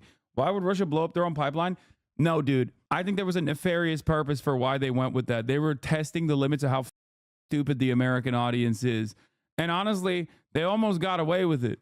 Like, they literally were just like, let's just say Russia did it. Maybe these idiots will believe it. My poli-sci class is covering this, and I got to steal your ideas. Yeah. What a stupid thing. People are coming in here being like, Hassan, wrong again. Remember when you said Russia would never invade Ukraine? Wrong again. No, dude, you are just repeating whatever you heard from the last guy because you're a dumbass who can't think on his own. I never even directly said that it was like the United States of America, definitely. I simply stated that it sounds kind of ridiculous that Russia would blow up its own pipeline. This is what the newspaper Politiken, one of Denmark's most important newspaper, writes. Christianso is an island in the archipelago of the same name, which is also called Ertholmen, is the easternmost point of Denmark and is located not far from the island of Bornholm, where both Nord Stream lines run. Politiken refers to the statement of the local harbor master, John Anker Nielsen, as follows. 4 or 5 days before the Nord Stream explosions, he was with the rescue service from Christianso because there were some ships there with their radios turned off. It turned out that they were U.S. Navy ships. Way to rewrite history. Wait, what? Me? What am I rewriting? Bro, all of this stuff is readily available. You can straight up go watch my YouTube videos at the time. I already ran the 3-minute ad break if that's what you're talking about. If you're trying to do a debate. Check logs. Why is chat being so disrespectful? I take my coffee black. I went to Hasanabi of Turkey. What? Okay, he's not. Because there were some ships there with their radios turned off. It turned out that they were U.S. Navy ships. When the rescue service approached them, he asked by the naval command to turn back. Dude, I think people would rather hallucinate like whatever the makes them feel better than to like actually re-examine their opinion at the time. Like people were so incredibly primed into believing that like everything I say about Russia or Ukraine is coming from a secret like pro-Russia perspective that they just cannot even imagine. Like, dog, when I am on the side of a group, even if the group is considered a terrorism group, okay? I'm on the side of Palestinians. I very openly tell you that. There's never been a moment where I haven't told you that. Never, okay? I'm very open about it. If I was on the side of Russia, I would tell you. I would make arguments as to why I'm on the side of Russia. I would not like hide my perspective. This is the thing that I would never understand about my naysayers, about these people that like try to ascribe some secret reasoning. No, I'm stubborn. I'm brash. I'm a loudmouth to a fault. Okay. So it's always been funny for years at this point where they're like, yeah, I'm anti-NATO. I am openly anti-NATO. I am not pro-Russia. And it's so funny when people are just like, nah, dude, he's secretly pro-Russia. That's why he's anti-NATO. For years, you support terrorists? No, tarot cards are fine. If you were on Russia's side, you would just push Z and get the free Russia bucks instead of getting sneak this in the Russian army ad. I know. That's why it was so funny when people are primed to believing a certain thing and then all evidence points to the contrary, they just double down on it. Republicans do it on a daily basis. A lot of liberals do this with me when they examine my analysis over, my statements about Russia. I think you're a bit selective with this. Russian vessels were also photographed in the area. That's crazy. You mean to tell me Russian vessels were photographed in the area of their own pipeline? That's crazy. Definitely a lot weirder for Russian vessels to be in the area of their own pipeline as opposed to the United States of America having vessels around that pipeline like 8,000 miles away. I don't think the USA did it because none of the evidence supports it. It's not unusual for USA ships to be there with the transponders off. No, I think it is. I think that even if it wasn't directly America doing it, they were definitely offering logistical support. I think most neoliberals online think all pushing Z are socialists. I think that's why, because they're so online and they think Twitter is real life. Yeah, maybe. Saying that I'm pro-Russia, saying that I am pro-Russian invasion of Ukraine, and continuing along with that narrative for years and years, regardless of however many times I have condemned Russia for doing so and have criticized Russia extensively over these past couple of years, is no different than how Republicans would be like, it's not climate change. I don't believe it.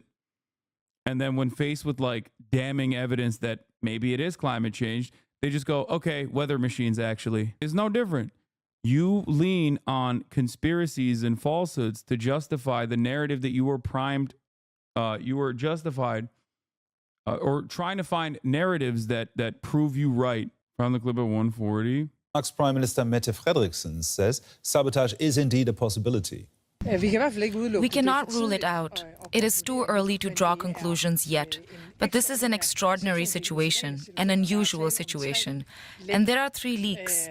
Even with I don't know why people are feigning ignorance. Just say, like, even if you hate, like, there are plenty of people who hate Russia. Okay. Understandable. They're doing some really horrifying things in Ukraine. I don't know why it's so hard. Damn, that's crazy, man. That all the way back then, I'm still also openly stating, hard for people to admit that like America most likely did this. Like you can, like this doesn't mean that Russia is all of a sudden in the right for invading Ukraine. You know what I mean? Like it seems like there's only one party that has the most to gain and has actively said, we will do whatever the fuck we can to stop Nord Stream 2 from moving forward, which they successfully did. And it seems like, they were not happy with like Russia having any sort of dominance over Europe. They openly said, we'll take any means necessary to stop that from happening. So I don't know why people are like, oh man, there's no way this could be America, even though they are the ones who gain the most out of this. It's Europe gets cucked because they're a piece of their energy dependence, like a pipeline that is a part of their energy dependence on Russia is cucked, making energy prices higher. Russia gets cucked because like it's one way, maybe not the most effective, but one of the ways of delivering energy directly to Europe. You know what I mean? Like out of all those players, like it makes no sense for any of those other guys to do it. U.S. with the help of Moldovan Navy SEALs and cow, says Moldovan Mama Liga. Your voice is so much higher. Did you do vocal therapy? Yeah, I got more mask. Anyway, I'm subbing now. This is your worst take to this day. You tricked me and my friend Ryan with your pro-NATO sentiments. We already wrote in Joe Biden on our mail-in ballots, and Ryan is in jail. I'm sorry, Ryan. Anyway, let's continue. Millions of dollars a month for oil. It's not going to work that way. And I ended it. And then when Biden came in, he gave it back. The biggest project they ever had, right? He gave it back. And then everyone said, Trump is friends with Putin and stuff. Putin would say, if you're my friend, I'd hate like hell to see you as my enemy. Think of it. And I put a lot of sanctions on. But I got along with Russia. I got along with pretty much everybody. Actually, the tougher they were, the better I did with them. That's a good thing, not a bad thing, because the other ones are easier to handle. But the ones that I got. I'm going to be interviewed on TV for Univision. What do you think Kamala is getting wrong on the topic of migrants? Thank you. First time being on national television. Easy answer. Kamala Harris. I mean, I don't want to put words in your mouth, so do with this information what you will. But my own personal assessment of the situation is that Kamala Harris has dropped the ball entirely by following on Joe Biden's right-wing, white nativist immigration, anti-immigrant agenda in a country that is not as primed to hate migrants as they think it is. There's plenty of polling that shows that Americans are of two minds, directly at odds with one another in terms of amnesty or setting up pathways to amnesty, while simultaneously looking for increasing deportations in this country. That's what polling shows. A competent Democratic leadership should have leaned on one side of that humanizes migrants, that are wonderful neighbors of ours, that contribute to the American economy in spectacular fashion, as opposed to leaning on the right-wing framing on the issue, that immigrants constitute a national security threat. That is completely born out of right-wing hysteria. It is ridiculous, and all evidence points to that statement being incorrect. Immigrants, undocumented migrants, are responsible for less crime per capita than documented and natural-born U.S. citizens. And yet, the Republican Party has dominated discourse on the matter, and the average American now falsely believes that undocumented immigrants are actually doing crimes and are responsible for a greater share of the crimes than even American citizens are responsible for. It's both bad politics and bad policy. It's bad policy because it's harmful policy. It's going to hurt people. It's going to hurt the economy if you want to think about it like that. It's bad politics because when you lean on right-wing framing on an issue like this, then all you end up doing is legitimize your opponent's perspective, when that perspective is not born out of data, but instead complete fabrications. Got along with. And they're also the bigger threats. I got along very well with President Xi of China. But when COVID came, I was not happy with him because it came out of the labs. I mean, they released it from accidentally, I believe. You know, a lot of people would say it wasn't an accident, but they got hit very hard. They got hit as hard as anybody in the world. You know, it was late. It was belated. It was a late hit. Yeah. But when COVID came, Where are you getting the figures for crime data for foreigners/immigrants versus citizens? It's called this woke website, Communist Babies. What's a good thing for P? communistbabiesforpoverty.gov. Or the other website that I also like to go to is democratichomosocialism.gov. Yeah, cbp.gov, dhs.gov. One stands for Democratic Homo Socialism.government, and the other one stands for communist, I don't even know. Communistborderpolicies.gov. I made an unbelievable trade deal with China. They have to buy $50 billion of our product every year. It was nobody could believe I got that deal done. I don't even talk about it because of COVID. I don't even talk about it. That deal is unbelievable. And what's happened now, our farmers have been hit because Biden hasn't pressed them to honor the deal. You know, I used to, every day, Yeah, but those stats have issues because certain cities and states weren't giving info to them. Wrong. True and not true, because they're making up a majority of arrests in New York City. We're not talking about arrests. We're talking about literal murder and crimes, okay? That's number one. Number two, wrong. That is actually you're mismatching your talking points. Let me tell you why, okay? The Republican talking point is the local law enforcement, especially in big cities like New York or Los Angeles, are not actually sharing all of their data with the FBI, because the FBI tabulates all of the crime data year over year. This, having said that, is still false because those departments still release their data individually. So while they're not a part of the broader database that the FBI puts forward, it's not like they're hiding their crime rates, dog. You can go to the FBI website and actually find their crime rates personally by looking at individual police departments. You can still have access to their crime data. It's public. So you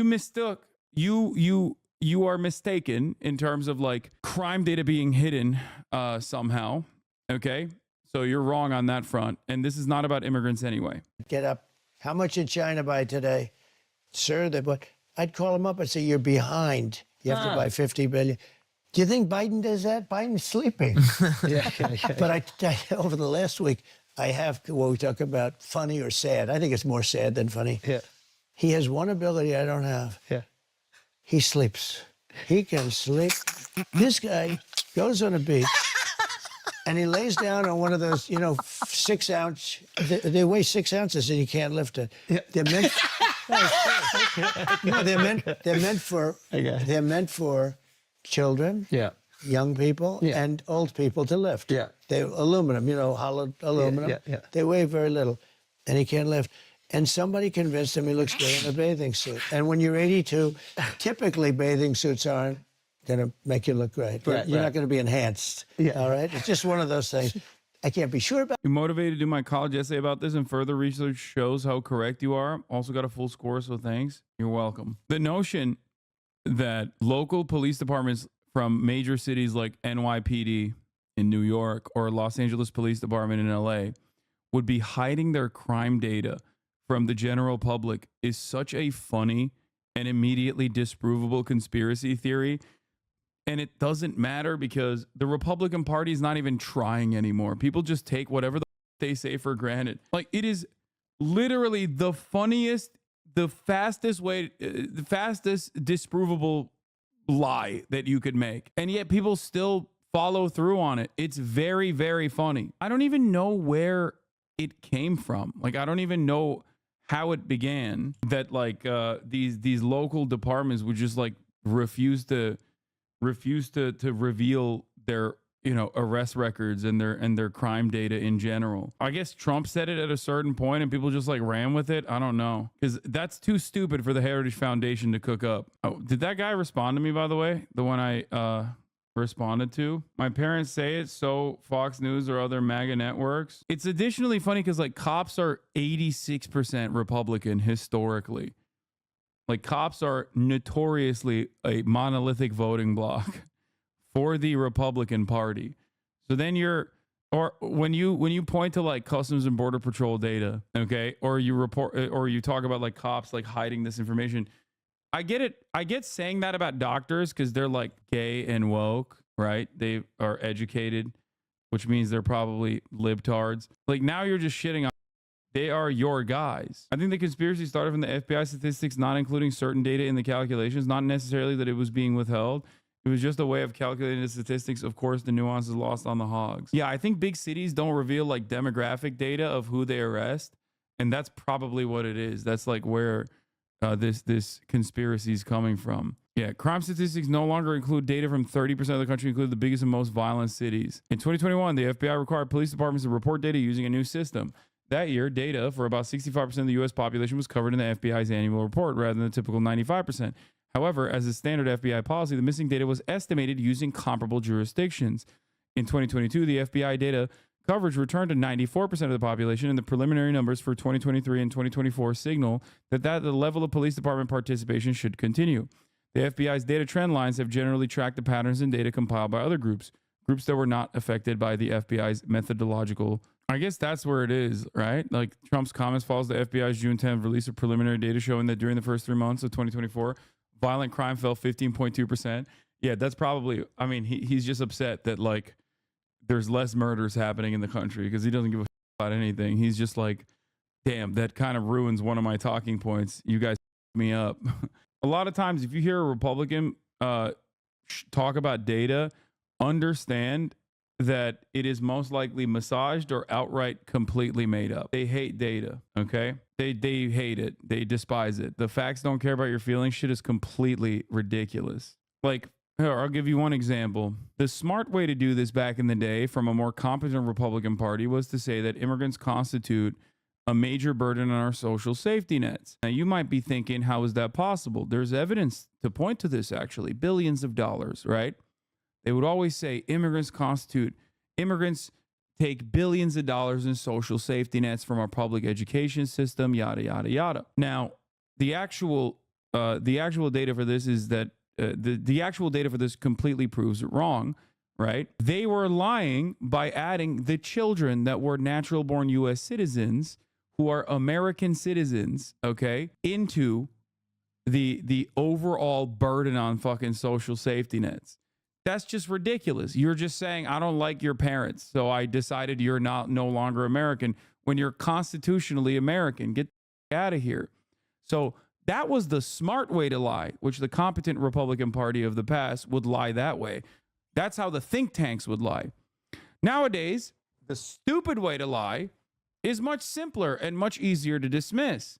I don't even have to look through countless hours of data to tell you why it's wrong. Back then, I used to have to actually do more research even to disprove this kind of shit. How does Trump lie? He says immigrants kill hundreds of thousands of people every year.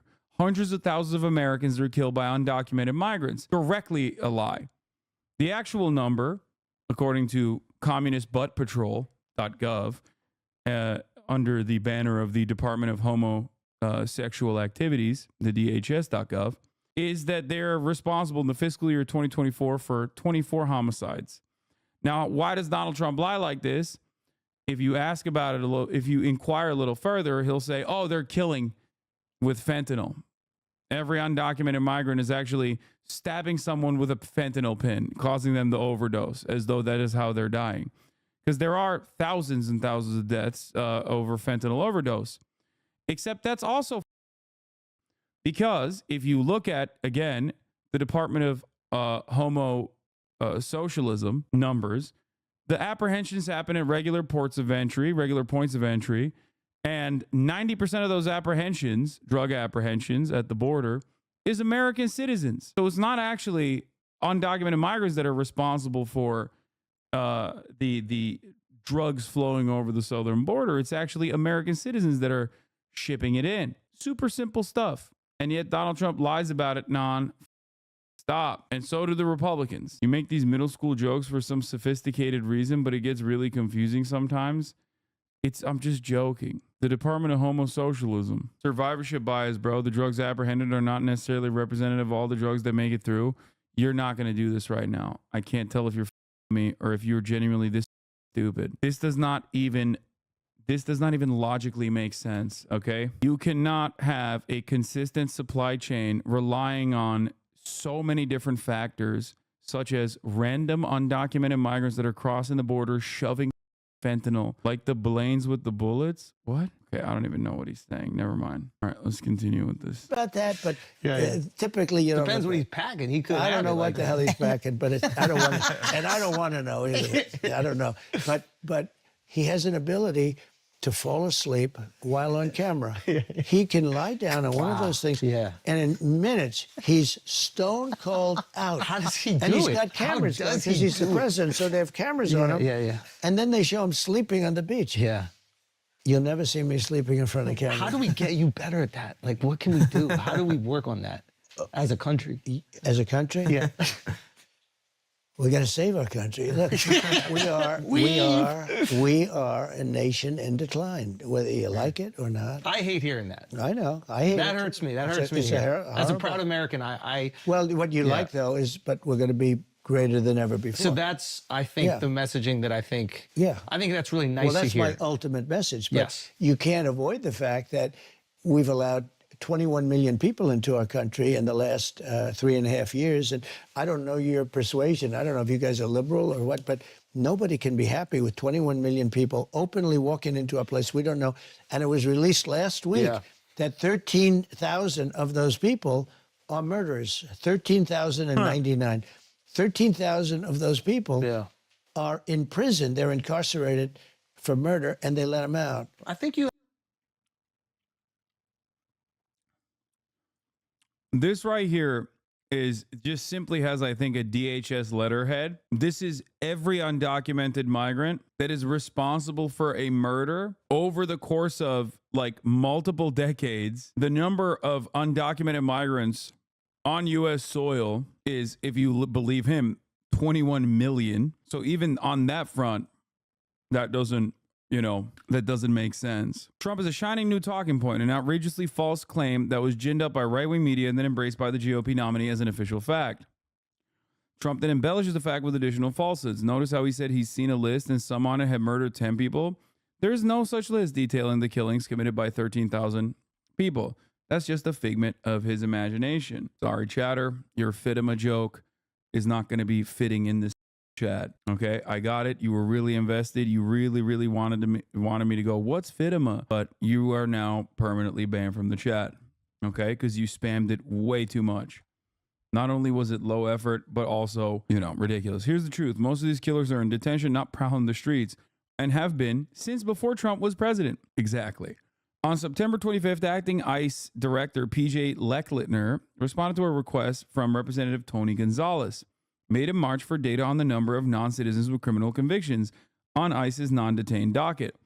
As of July 21st, he wrote, there were 662,000 people with criminal histories, convicted or pending, not detained by ICE. In a breakdown by crime, he noted 13,000 people were convicted of homicide, were not detained by ICE. 2 days later, Gonzalez tweeted the letter, highlighted a number of killers. Americans deserve to be safe in their own communities, he wrote. His tweet was immediately interpreted by right-wing media and Trump campaign as saying these killers entered the country during the Biden administration and were on the loose and roaming the country. The letter did not say that these criminals were not in custody. The non-detained docket refers only to individuals not detained by ICE. In fact, in the same letter, Lechlitner told Gonzalez that ICE's detention capacity was 41,000 beds, showing that there was not enough space to house these criminals. As of July, 21,277 beds were occupied by convicted killers. The Supreme Court ruled in 2001 that ICE could not detain people indefinitely. So with little space available in ICE detention centers, many criminals convicted of serious crimes are shipped to another facility to serve out their terms. Some non-citizens on the non-detained docket may participate in the agency's alternatives to detention programs, which generally track people with GPS monitors and a SmartLink phone app. But murderers, understandably, would not qualify. As of July 21st, 277 beds were occupied by convicted killers. I apologize. I'm just like reading through it. Okay, you can't blame me for that. 277. A 2021 Biden administration memo made detention a priority for non-citizens who pose a current threat to public safety. Moreover, these non-citizens include people who entered the country legally with a long-term non-immigrant visa or earned a permanent U.S. residency but were convicted of a crime. There is no breakdown about how many of the non-detained docket entered the country illegally, but one cannot assume, as Trump does, that these are all undocumented immigrants. The answer is, the actual data, rather, is that over the course of many decades, there are 13,000 people who are now no longer documented. They might have been documented or even legal permanent residents that have done the crime of murder. This did not happen under the Biden watch. This happened over the course of many, many decades. And these people are obviously serving their criminal sentence in prison.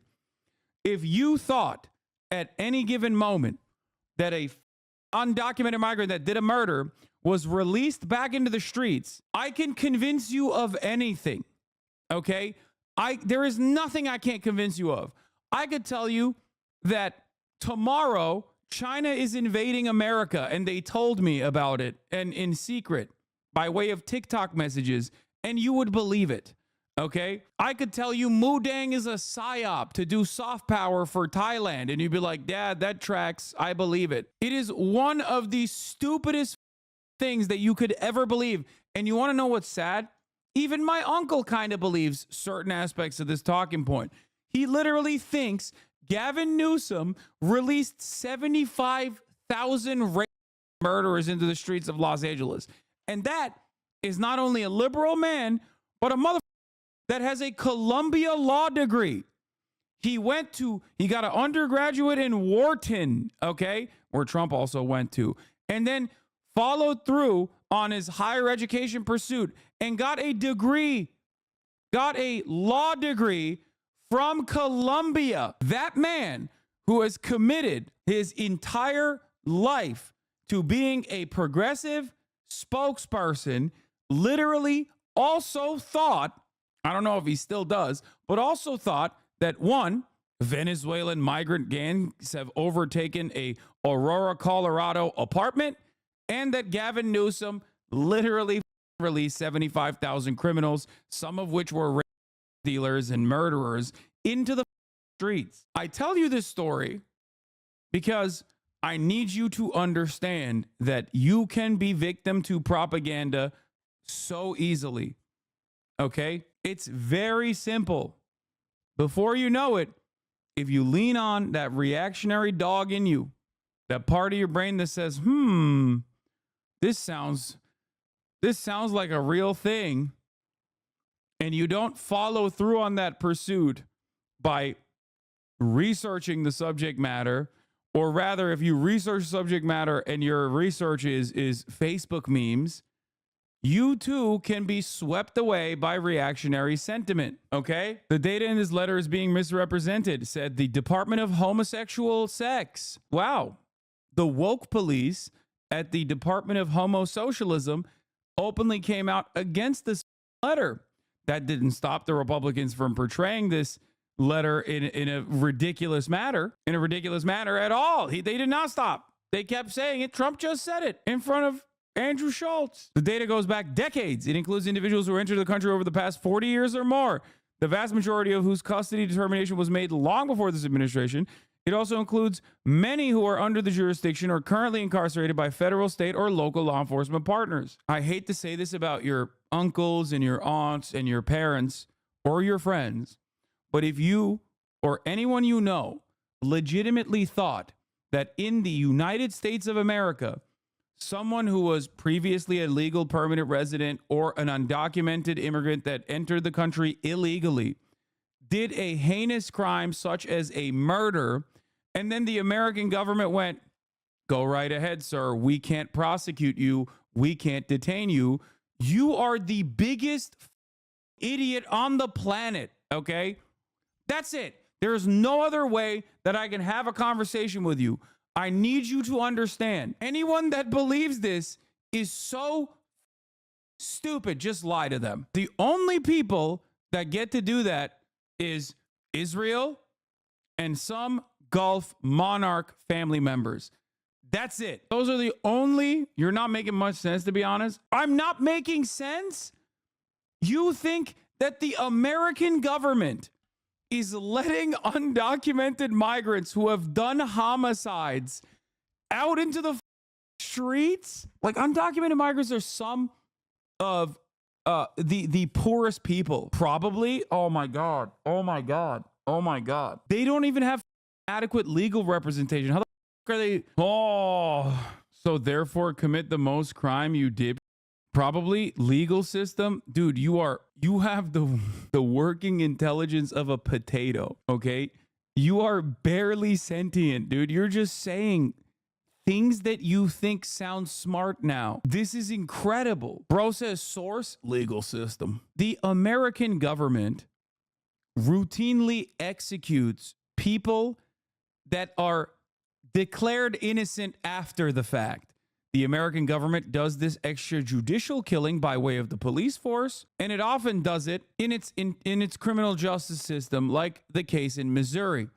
You think that same exact criminal justice system is letting criminals go because they're undocumented? That is insane. We have an unimaginably reactionary white supremacist criminal justice system. One guide by a troll. As a person who used to work on asylum cases, y'all have no idea how quickly and how much money the U.S. spends on deporting people expediently. Yes. This is a good question. Ask them what would be the benefit in their logic. Yeah, that's just a fun experience for us, though. I do want to ask that to the next Trump supporter. They're probably going to say, like, because they want to kill white people or something. I don't know. They want their votes. At least this guy said, you right. When undocumented immigrants commit crimes, they get a nice detainer. So either they go to jail, then get deported, or just get deported. No, usually they just go to jail because there's no clear indication that you're going to stop them from entering the country illegally again. So no, they just go to jail usually. They'll get deported after they're done serving their sentence. It's so crazy, man. It's crazy. It's a crazy thing. Let's see what else support on this, though. I think everybody, Tremendous support. regardless. I think I'll let you know. I'll let you know on November 6th. Yeah. if I have support. Yeah. The But day I don't after think, the election. I don't November think there's 5th. pushback. The most important day. Yeah, no, I think people are agreeing they want a strong border. I think I don't think that's an issue that's like tearing the country apart. But I do think that there is something There are some people that want to open, and they're either But they're like politicians that are getting some sort of reinforcement Yeah. through this. The average American, I don't think, is going, Or we they hate need our an country. open board. Yeah. I think only a person that hates our country, actually, maybe it's a down deep hatred, can want open borders.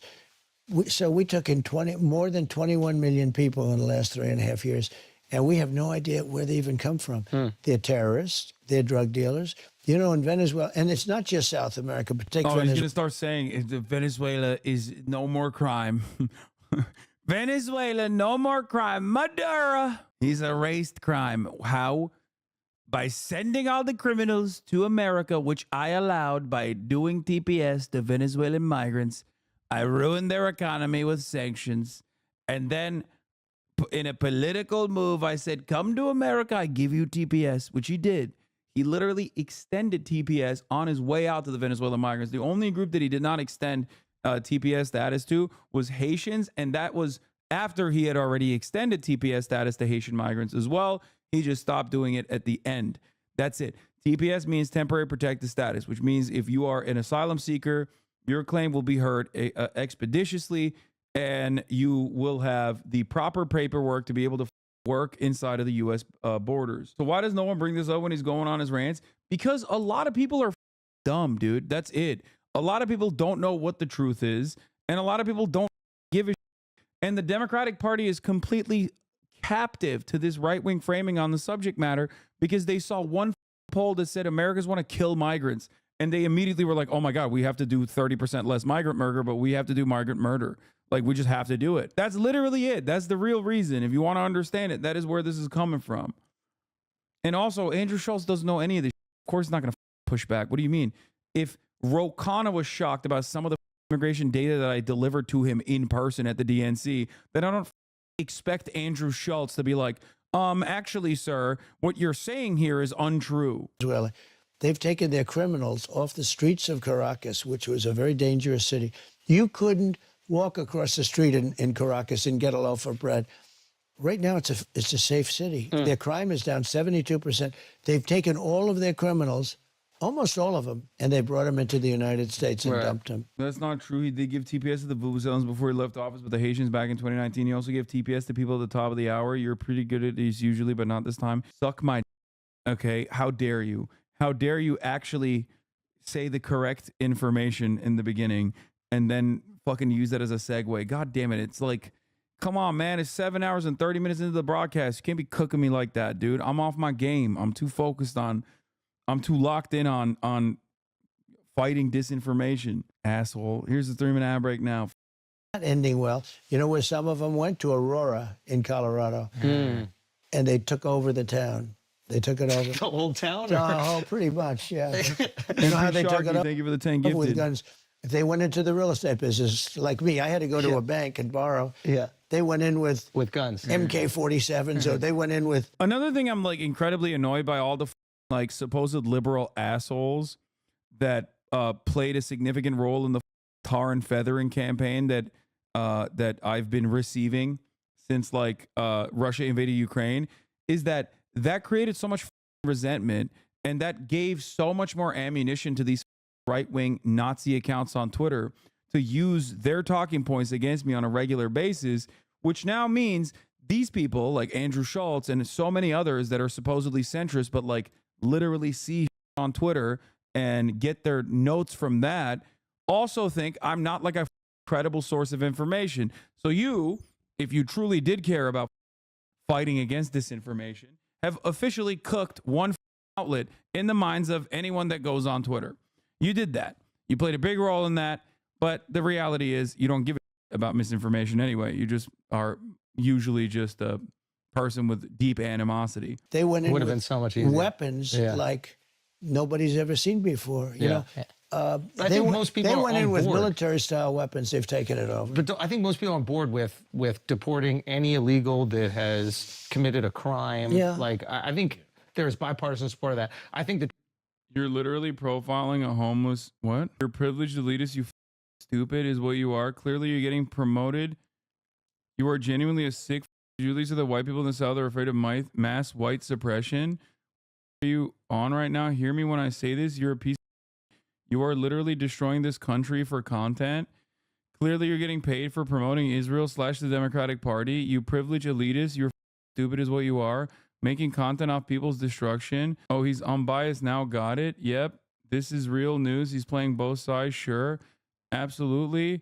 You're literally profiling a homeless man in Florida as a / racist. Yeah, bro. Yes. If you think I'm being paid by, like, out of everything that you just said, if you think that I'm being paid by the Democratic Party in Israel, you need to immediately up your schizophrenia medication. Like, you need to, you have gone way past the point of like missing multiple instances where you were supposed to take your medication. You've gone above and beyond. Like, you need to go to the doctor immediately. You're a millionaire sitting in your house talking about people who've just lost everything. What are you saying, dude? I don't even think you need medication. I think you need to lay off the pipe. I have a few minutes to spare today, so I'm thrilled to hear you spit out rhetorical and watch you transform into an Israeli Zionist IRL. I love this. You are now the exact entity you hate. You are going to gaslight the out of people's situations you know nothing about. People will die from this, and you do not give. What? Ban me. I'm just a peasant chatter. No, dude, you're not a peasant chatter. You're just insane. And I don't think I can explain to you how deeply mentally unwell you are. You probably do need to get medical help. You might be having an episode right now. You definitely need to log off though.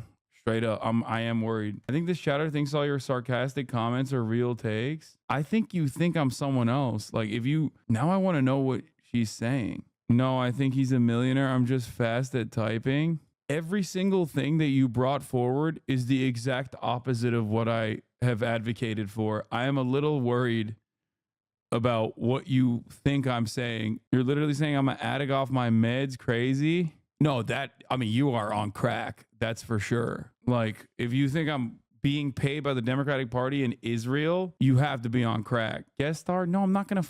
What do you think? This is a kick stream, dude? I'm not going to like abuse someone who is very clearly having a mental health episode. Y'all are crazy. The tricky thing comes, and honestly, I have empathy. Like, you're a business owner. Yeah. There's been people, I'm not trying to out you, but like, there's been people I'm sure that might not have had like legal citizenship that have maybe worked in various businesses. that's true. And it's like, I've definitely been taken care of as a kid by people that weren't legal, babysitters and stuff. So there are people that maybe would like a path to citizenship that I have a lot of empathy for. You have to start with the criminals. Agreed. Okay, look. But I have to say, maybe we can. It's very tough. Maybe we can open our hearts a little bit to the people who agree. are trying to be, Right. good, hardworking Americans. And you know what's going to happen? You're going to be in the midst of this. Now, Dwight Eisenhower was sort of a moderate, General Eisenhower. Did you know? Bro, he's about to say the most unhinged that Dwight Eisenhower did that he loves, the Bracero program. Oh, that they had 8% generals, president of the United States. 8% were generals, 92% were politicians. And then you had Trump. See, that's a weave. We go off at just I for like a that. second. Because now I'm like, where are we weaving to? I'm into this. No, think of it, because we're talking about generals, and then you get back onto the general. There you Because go. what I was going to say is that Eisenhower. I like the is a play-by-play moderate. for the week. No, it's good, though. Isn't it great? We go into it. We mention Eisenhower, and then I say he was a general, 8% generals, 92%, and now you go back. Okay, it's part of the weave. Yeah. Then you go back. You got to Finger keep roll. it all together. You got to be sharp. If you're not sharp, you're dead. Think of it. Think of it. No, but think of it. So we have 92% and 8%. Nobody, no admirals, and no business people until me. So now we have me. I'm one. Yeah. So I'm. And then maybe things change after that. Here's. No, I think it will change. There'll never be another business person that ever does this. Okay, here's because a question. I've been treated so badly that I think that no person of success. Don't forget, my whole life was deals. Most guys are stiffs. Yes. Like they'll run for office. There's no deal. There's no nothing. You can't get yourself in trouble much. Yeah. You can be a crooked politician, which some are. Yeah. But basically, I do so many deals. I do hundreds of thousands of pages of documents a year. When I'm really in the mood, right? Yeah. And if they find one page, I got myself a problem politically. Yeah. Okay. Look at it. They went after me for years on taxes. Yeah. Years. Yeah. They went to the United States Supreme Court. I gave them tens of thousands of pages, and you never heard about it again. Well, that is what often happens, which is probably incredibly frustrating. Yeah, rich people never successfully launch a mountain of paperwork against underfunded government agencies, especially especially when it comes to like, tax stuff. The entire system is designed in a way for a real estate magnate to be able to skirt any responsibility. Get out of here, dude. Also, I thought we were talking about Eisenhower. Frustrating, which is lobbing an Well, that's the allegation, problem, yeah. and then when it's proven to be false, they just move on. Oh, they don't It's even kinda write quiet. about it. I called the New York Times on something. I was right, and they The said, Russian "Are thing you was- going to do?" was wild, Yeah, the like- Russian hoax. Yeah. Well, I'm suing Pulitzer. You know. The way I know Donald Trump's talking points better than him is kind of funny. The reason why he brought up Eisenhower was because he was going to talk about the Bracero program and how he was seen as a moderate and he deported 1.6 million Mexicans and everybody loved it. That's why he was going to say it. But because his brain is scrambled and fried, that he just like doesn't even know what his talking points are. And he just jumped over the talking point and started talking about like, my administration does deals. I'm doing so many deals. Don't know this. They got a Pulitzer Prize for their New York the Times, hoax? Washington Oh, wow. Post. Yeah, for the Wow. hoax. They got the Pulitzer Prize. Yeah. So the writers got Pulitzer Prizes for their brilliant coverage of the Russia hoax. But Interesting. it turned out to be right. So Yeah. we wrote a letter to the Pulitzer Prize, Yeah. right? You know, the committee, it's a big foundation. Yeah. And we said, it's a lawsuit that's going on right Yeah. now. And we said, we demand that you take back the Pulitzer Prizes. We demand a apology. Yeah. Because you're actually, by leaving them, you're sort of saying it happened and it didn't happen. Everybody now is Yeah, you're giving it rewarding up. the lie. Yeah. So I sued them.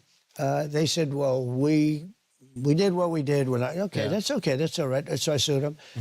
And they've got themselves a big problem now. Yeah. And this suit's moving along. And I think we're going to win that suit easily because they gave people Pulitzer Prizes that were wrong. Yeah. You know who should get the Pulitzer Prizes equivalent, if you could? Guys like Sean Hannity. Yeah. Guys like, that there were numerous of them that, I mean, not as many as the fake news, as the very liberal media, but we had tremendous John Solomon. He's a great writer. So many people knew that was a hoax. They should get prizes. I don't know, Pulitzer Prize, because you don't give Pulitzer Prizes to a guy on television. Yeah. You can't get, in theory, a Pulitzer Prize. Yeah. Yeah. But you had a lot of people that got that right. They got nothing. So we sued Pulitzer on the basis that they should absolutely take that prize back. And I said, by not taking it back, you're trying to say that it actually happened. In a way, Yeah. I'm saying you're defaming me because by you Yeah, I not think taking those there's prizes back, justification. you're actually saying it happened. Take a break for a second because some of y'all need to upgrade your wallet. Some of y'all don't because last year you scooped up the Flagrant Extra wallet. Okay, we collect. Bro, the amount of ads, bro. They're weaving in all these ads in between the bobbing and weaving from Trump. Because I know we have a limited time, but important thing. Like, How are we doing so far? you're doing great. You're doing amazing. Not They're bad. making us A wrap up. little We want bit- you for yeah, longer. yeah, no, this is great. I'll bet it's my people. I do have other things, but I know you're busy, this but is- we're how interesting is this stuff? see, this is the fun You know, stuff. he's a Yeah. Alex he's is a an good kid. influencer. Yeah. He's a good kid. You know, I asked him. I said, Alex, let me ask you a question. Sure. And I wasn't. Oh, you're thinking not- to you're not myself. telling him he's got I time said, now, yeah. Who is give him a little more time? What the hell? Can I override Alex? I don't know. Yeah. Unlike Biden, he can't. I can. I can do it. I can say, Alex, I'm doing it. He'll say, thank you, sir. No, Biden can't. They turn the cameras off with this guy. Do you ever see it? The cameras are off. The lights go off everywhere. Because you see, he's in deep trouble. We're in no trouble. Yeah. But I'll tell you what. I asked Alex. He's an influencer. You know, he's a big name influencer. I don't know if he's in this league. I don't know who the hell knows. But I said to him, knowing nothing about influencers, I said, who is the biggest of all the influencers? Sir, that's the easiest question you've ever asked me. Who is it? You, sir. It's true. I said, really? I never thought of it. He said, you're the biggest. You have hundreds of millions of people. You have more people than anybody else by far. You know, before they took away, I went from having 280 million on Facebook and Twitter and Instagram, the three of them combined, 280. I think I was number one because Zuckerberg told me that. He came to the White House. He said, congratulations, you're number one on Facebook. You know, so I went from that to having nobody. That was like cold turkey, right? You'd call that cold turkey. Like, Yeah. That would be like if we didn't do business with China. One day I said, no more business with China. You go cold turkey, right? And I went and I said, boy, but I had a lot to say. This was after the presidency, of course. You know, they do it after the presidency. During the presidency, they're a little bit They're very nice. But yeah. anyway, I went totally off. I had nobody, and I had all these ideas, and I couldn't get the word out. And I had some good thoughts, and people wanted to hear my thoughts. And I did a thing called Save America, and essentially it was like the old-fashioned. You guys are far too young. In the old days, what we did, we didn't have tweeting, or we didn't That's not who you're texting. Your mom.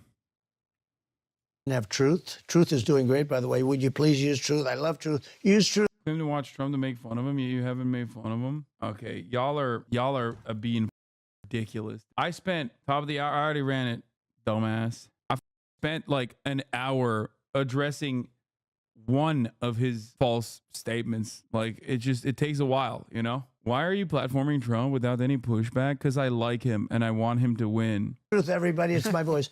But I also use X.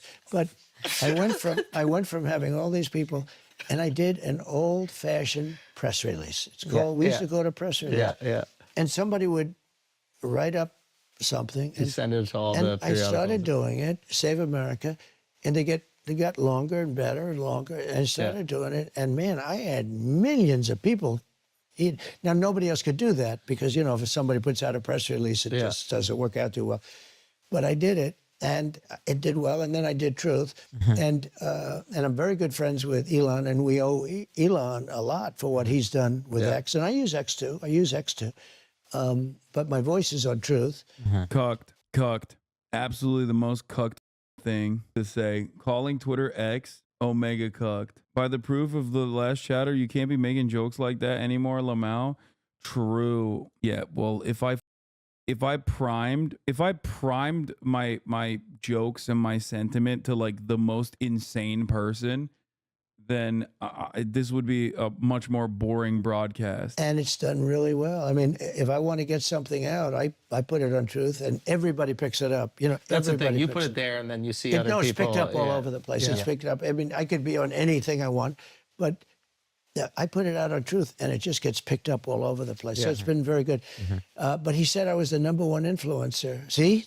The weave. The weave is great. Okay, question. Okay, you've got your son, Barron. Do you think I'm the #1 influencer? I think it's So who Rogan. else? I think it's Rogan. Okay, I can't do this anymore, dude. Dude, come on. This absolutely demonstrates like how primed, how locked in, how lasered they are into a very, very specific orbit, let's say. He's not wrong. You see the Spotify charts? Come on, man. Like if Trump is on the influencer equation, then Taylor Swift is. Like what are we talking about? Like if we're talking anyone and everyone that is technically considered an influencer, like who's the most influential person on the planet? It's not Donald Trump. Like I'm not saying Joe Rogan is not a known entity. It's just when you ask someone who's the most famous person on the planet, your opinion should probably be something like, I don't know, Cristiano Ronaldo, Taylor Swift, something like that. Not Joe Rogan. Are you kidding me? Like, that's so ridiculous, dude. Yeah, it's like saying Kid Rock. You and Kim Kardashian. Like Kim Kardashian influences the shape of women's bodies and faces. Yo, come on, Andrew, you old, man. Even Kim Kardashian doesn't have that motion no more. Like you see so many, they're literal Do they want to shape look of like human beings. Do they want to look like her? They want to look like her. So once we start, Dude, Trump gives moodang when he gets inquisitive, though. It's my favorite. Like, look. That was a real question. I love when he gets inquisitive. Look. You and Kim Kardashian. Like when he was talking to Theo Vaughn, and Theo Vaughn was like talking about cocaine, and he's like, wow, so you like it? Like Kim Kardashian influences the shape of women's bodies and faces. Like you see so many, they're literal shape of human beings. Do they want to look like her? Do they want to look like her? What are these women doing? They want to look like her. So once we start seeing dudes want to look like you. Yeah. And I see young Jack over there. I think he's trying to do it. Yeah. Jack. Your TikTok guy. TikTok Jack. TikTok Jack. Jack. Tell me. This is a little new world. I call him, his name is Jack. I call him TikTok Jack. I'm good with names, You are. You're very good at You that. are. Oh my God, Glaze! Glaze! You're very good, sir. Sir, you're the best at names. Some say names didn't exist before you, sir. Hey, yo! This man! Bro, have some decency. God damn. Sir, you're so good at names. Pocahontas. Yeah. We have names. Oh my God! Stop! Stop! He's falling over himself. He's dying. You are. You're very good at You that. are. You I mean, are. Pocahontas. Bro, this is like, are you trying to him? Bro, this is like, are you trying to have sex with Donald Trump? Are you sexually interested in Donald Trump? Because like the level of fake enthusiasm you're demonstrating in this moment is like, you gotta want to him. Like that's crazy. Yeah. We have names. What about and there was He's rolling on the floor laughing. Okay, he's raffle mouth. Tampon Tim was good. What about Tim, is the that? problem with Tampon Tim, it's hard to say. Yeah. In other words, It's a mouthful. it's a lot. He's Ishbal, as the Zoomers say. It's like, that's so good. You said Pocahontas. What the? And you can't stutter it through when you call it. It's really a lousy word to say. Yo, you hear him choke on it? That was him gagging. He went. Yeah. But it's quite accurate, right? There are some, like Comrade Kamala. It's a little hard to say. She's comrade because she's obviously a communist. Yeah. She's horrible. Obviously. That much is obvious. Obviously, she's a communist. So I call her Comrade. Yeah. And it's not bad.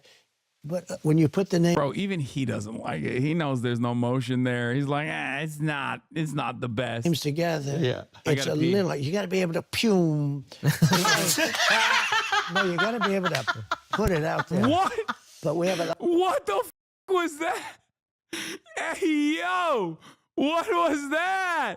Bro, I'm about to piss my pants. That was a crazy. lot of them I can't go into with you because some not? of my Give me best some, ones. give me Some some. of my best ones are from the Republican primaries. Oh, yeah. And they're all friends of mine now. Oh, And I now don't you want got to be nice. So I've What taken. about that- Mike Pence? You got anything for Mike Pence? Well, it's a shame because he and I had a very good What happened to him? relationship. Hanging out He somewhere. couldn't cross the line of doing what was right, in my opinion. Some yeah. people would disagree with that, but he had the right to go and put them before the legislatures and have them reassess because they found out a lot of bad things. And he had a lawyer that said he didn't have that right, but he did have that right. And you know why we found out that that was true? Because they changed the law after the election so that he couldn't do what I said he could do. Yeah. Okay? They changed the law so that a vice president could no longer do what I said he could do. So, in other words, I turned out to be right. But it's a shame. We had a very good relationship for 99.9% of the thing. Yeah. And, you know, I think he's a good man. I think he's a good that's man. good. Unfortunately, I wish he would have had the stamina, maybe courage, maybe both, Yeah. to go further. Because we have to have honest elections in our country. And if we're afraid to challenge an election, we're in big trouble, you know? They say, if you challenge, they've challenged elections. The Democrats, look at Maxine Waters. How dare them? You I'm know, not going back. They've challenged 2000. Stacey Abrams. Yeah. Almost all of the Democrats challenged. Yeah. But when we challenge, they say, he's a threat to democracy. Yeah. These are con artists, and they're very bad for our country. Yeah. So I'm going to weed them out. We're going to weed them out. I'll do it in honor of you. Okay, so tell me this. So tell me this situation. Okay, Barron is 18. He's handsome. He's tall. Yeah. He's rich. He's got the whole ball game. He's that kid. unleashed in New York City. That's- Are you sure you want to reverse Roe v. Wade now? I mean, maybe give him a few years. You know. Well, get you know, his- it's up to the states now. It's up to the states Yeah. because I believe in exceptions and all of the different Yes. things. You've been vocal about that. I've been very Would well. you try to? no, Oh, come on. Bro, Jesus Christ. Okay, you don't have to help him, dog. Jesus Christ. I guess he can. His audience is probably like 98% male. I mean, I think a lot of people agree with me. Yeah. You know, it was very. No one. It's the one thing that is a major loser for you, dude. It is crazy. It's like he knows it's the one issue he hasn't been able to like expertly communicate out of. Ain't nobody agrees with you on this. Nobody. Very, very strong, very, very tough. And Republicans were going to lose a lot of elections having to do with a lot of other things, too, because there are many issues. We have the border, we have this, we have wars, we have everything. Yeah. And Roe v. Wade was always about getting it back to the states. Yeah. And then people started talking about the number of weeks and this, that, all these.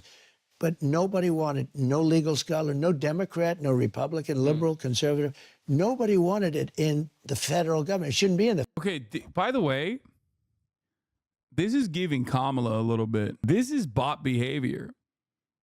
Every single talking point so far, with the exceptions of like him going pew, has been just the same exact shit that he said at the debate. Speak for yourself, bro. No, I mean, there's like moments in there where the human jumps out. But like, he's just been saying the same shit during the debate, during his speeches. I would say that his Theo Von interview was significantly better than this. Like, obviously he's going to do messaging discipline, but like, no, dude, now you need the pills. No, like all of the important notes that he hits on are identical. He's even talking to Andrew Schulz about how every legal scholar agreed with him on Roe v. Wade. Like, that's ridiculous. That's, first of all, like, you don't even need to bring that shit up, honestly, because it's bullshit. But like, why are you bringing it up in this situation? The federal government. And the legal scholars, it was abhorrent. They didn't want it, and they didn't want it in the federal government. They didn't want it, and they didn't want it. Now, and it was in the federal government. I know you said, sorry. What we did is we moved it back to the states and a vote. Bro, this also kind of sucks because it's like, I think his motion is his motion is gone a little bit, but like, you got to throw a wrench in this. You have to, in order to make this more entertaining, you got to like sometimes be a little bit more adversarial, because like, otherwise, just letting the old man drone on and on and on, and it's boring. Keep him on his tippy toes. That's why Donald Trump has to come on the broadcast. Honestly, he has to come on the broadcast so he can make some content. He kind of did, but you missed it. Did what? All right, I'm tired, dude. You really want him in your house? No, I'll do it somewhere else. I'm done. This was too much for me. Okay. Now that Barron is at NYU, maybe we can get him on. His attitude is going to shift dramatically. Barron's about to become a fucking they them non-binary septum ring wearing English queer lit major.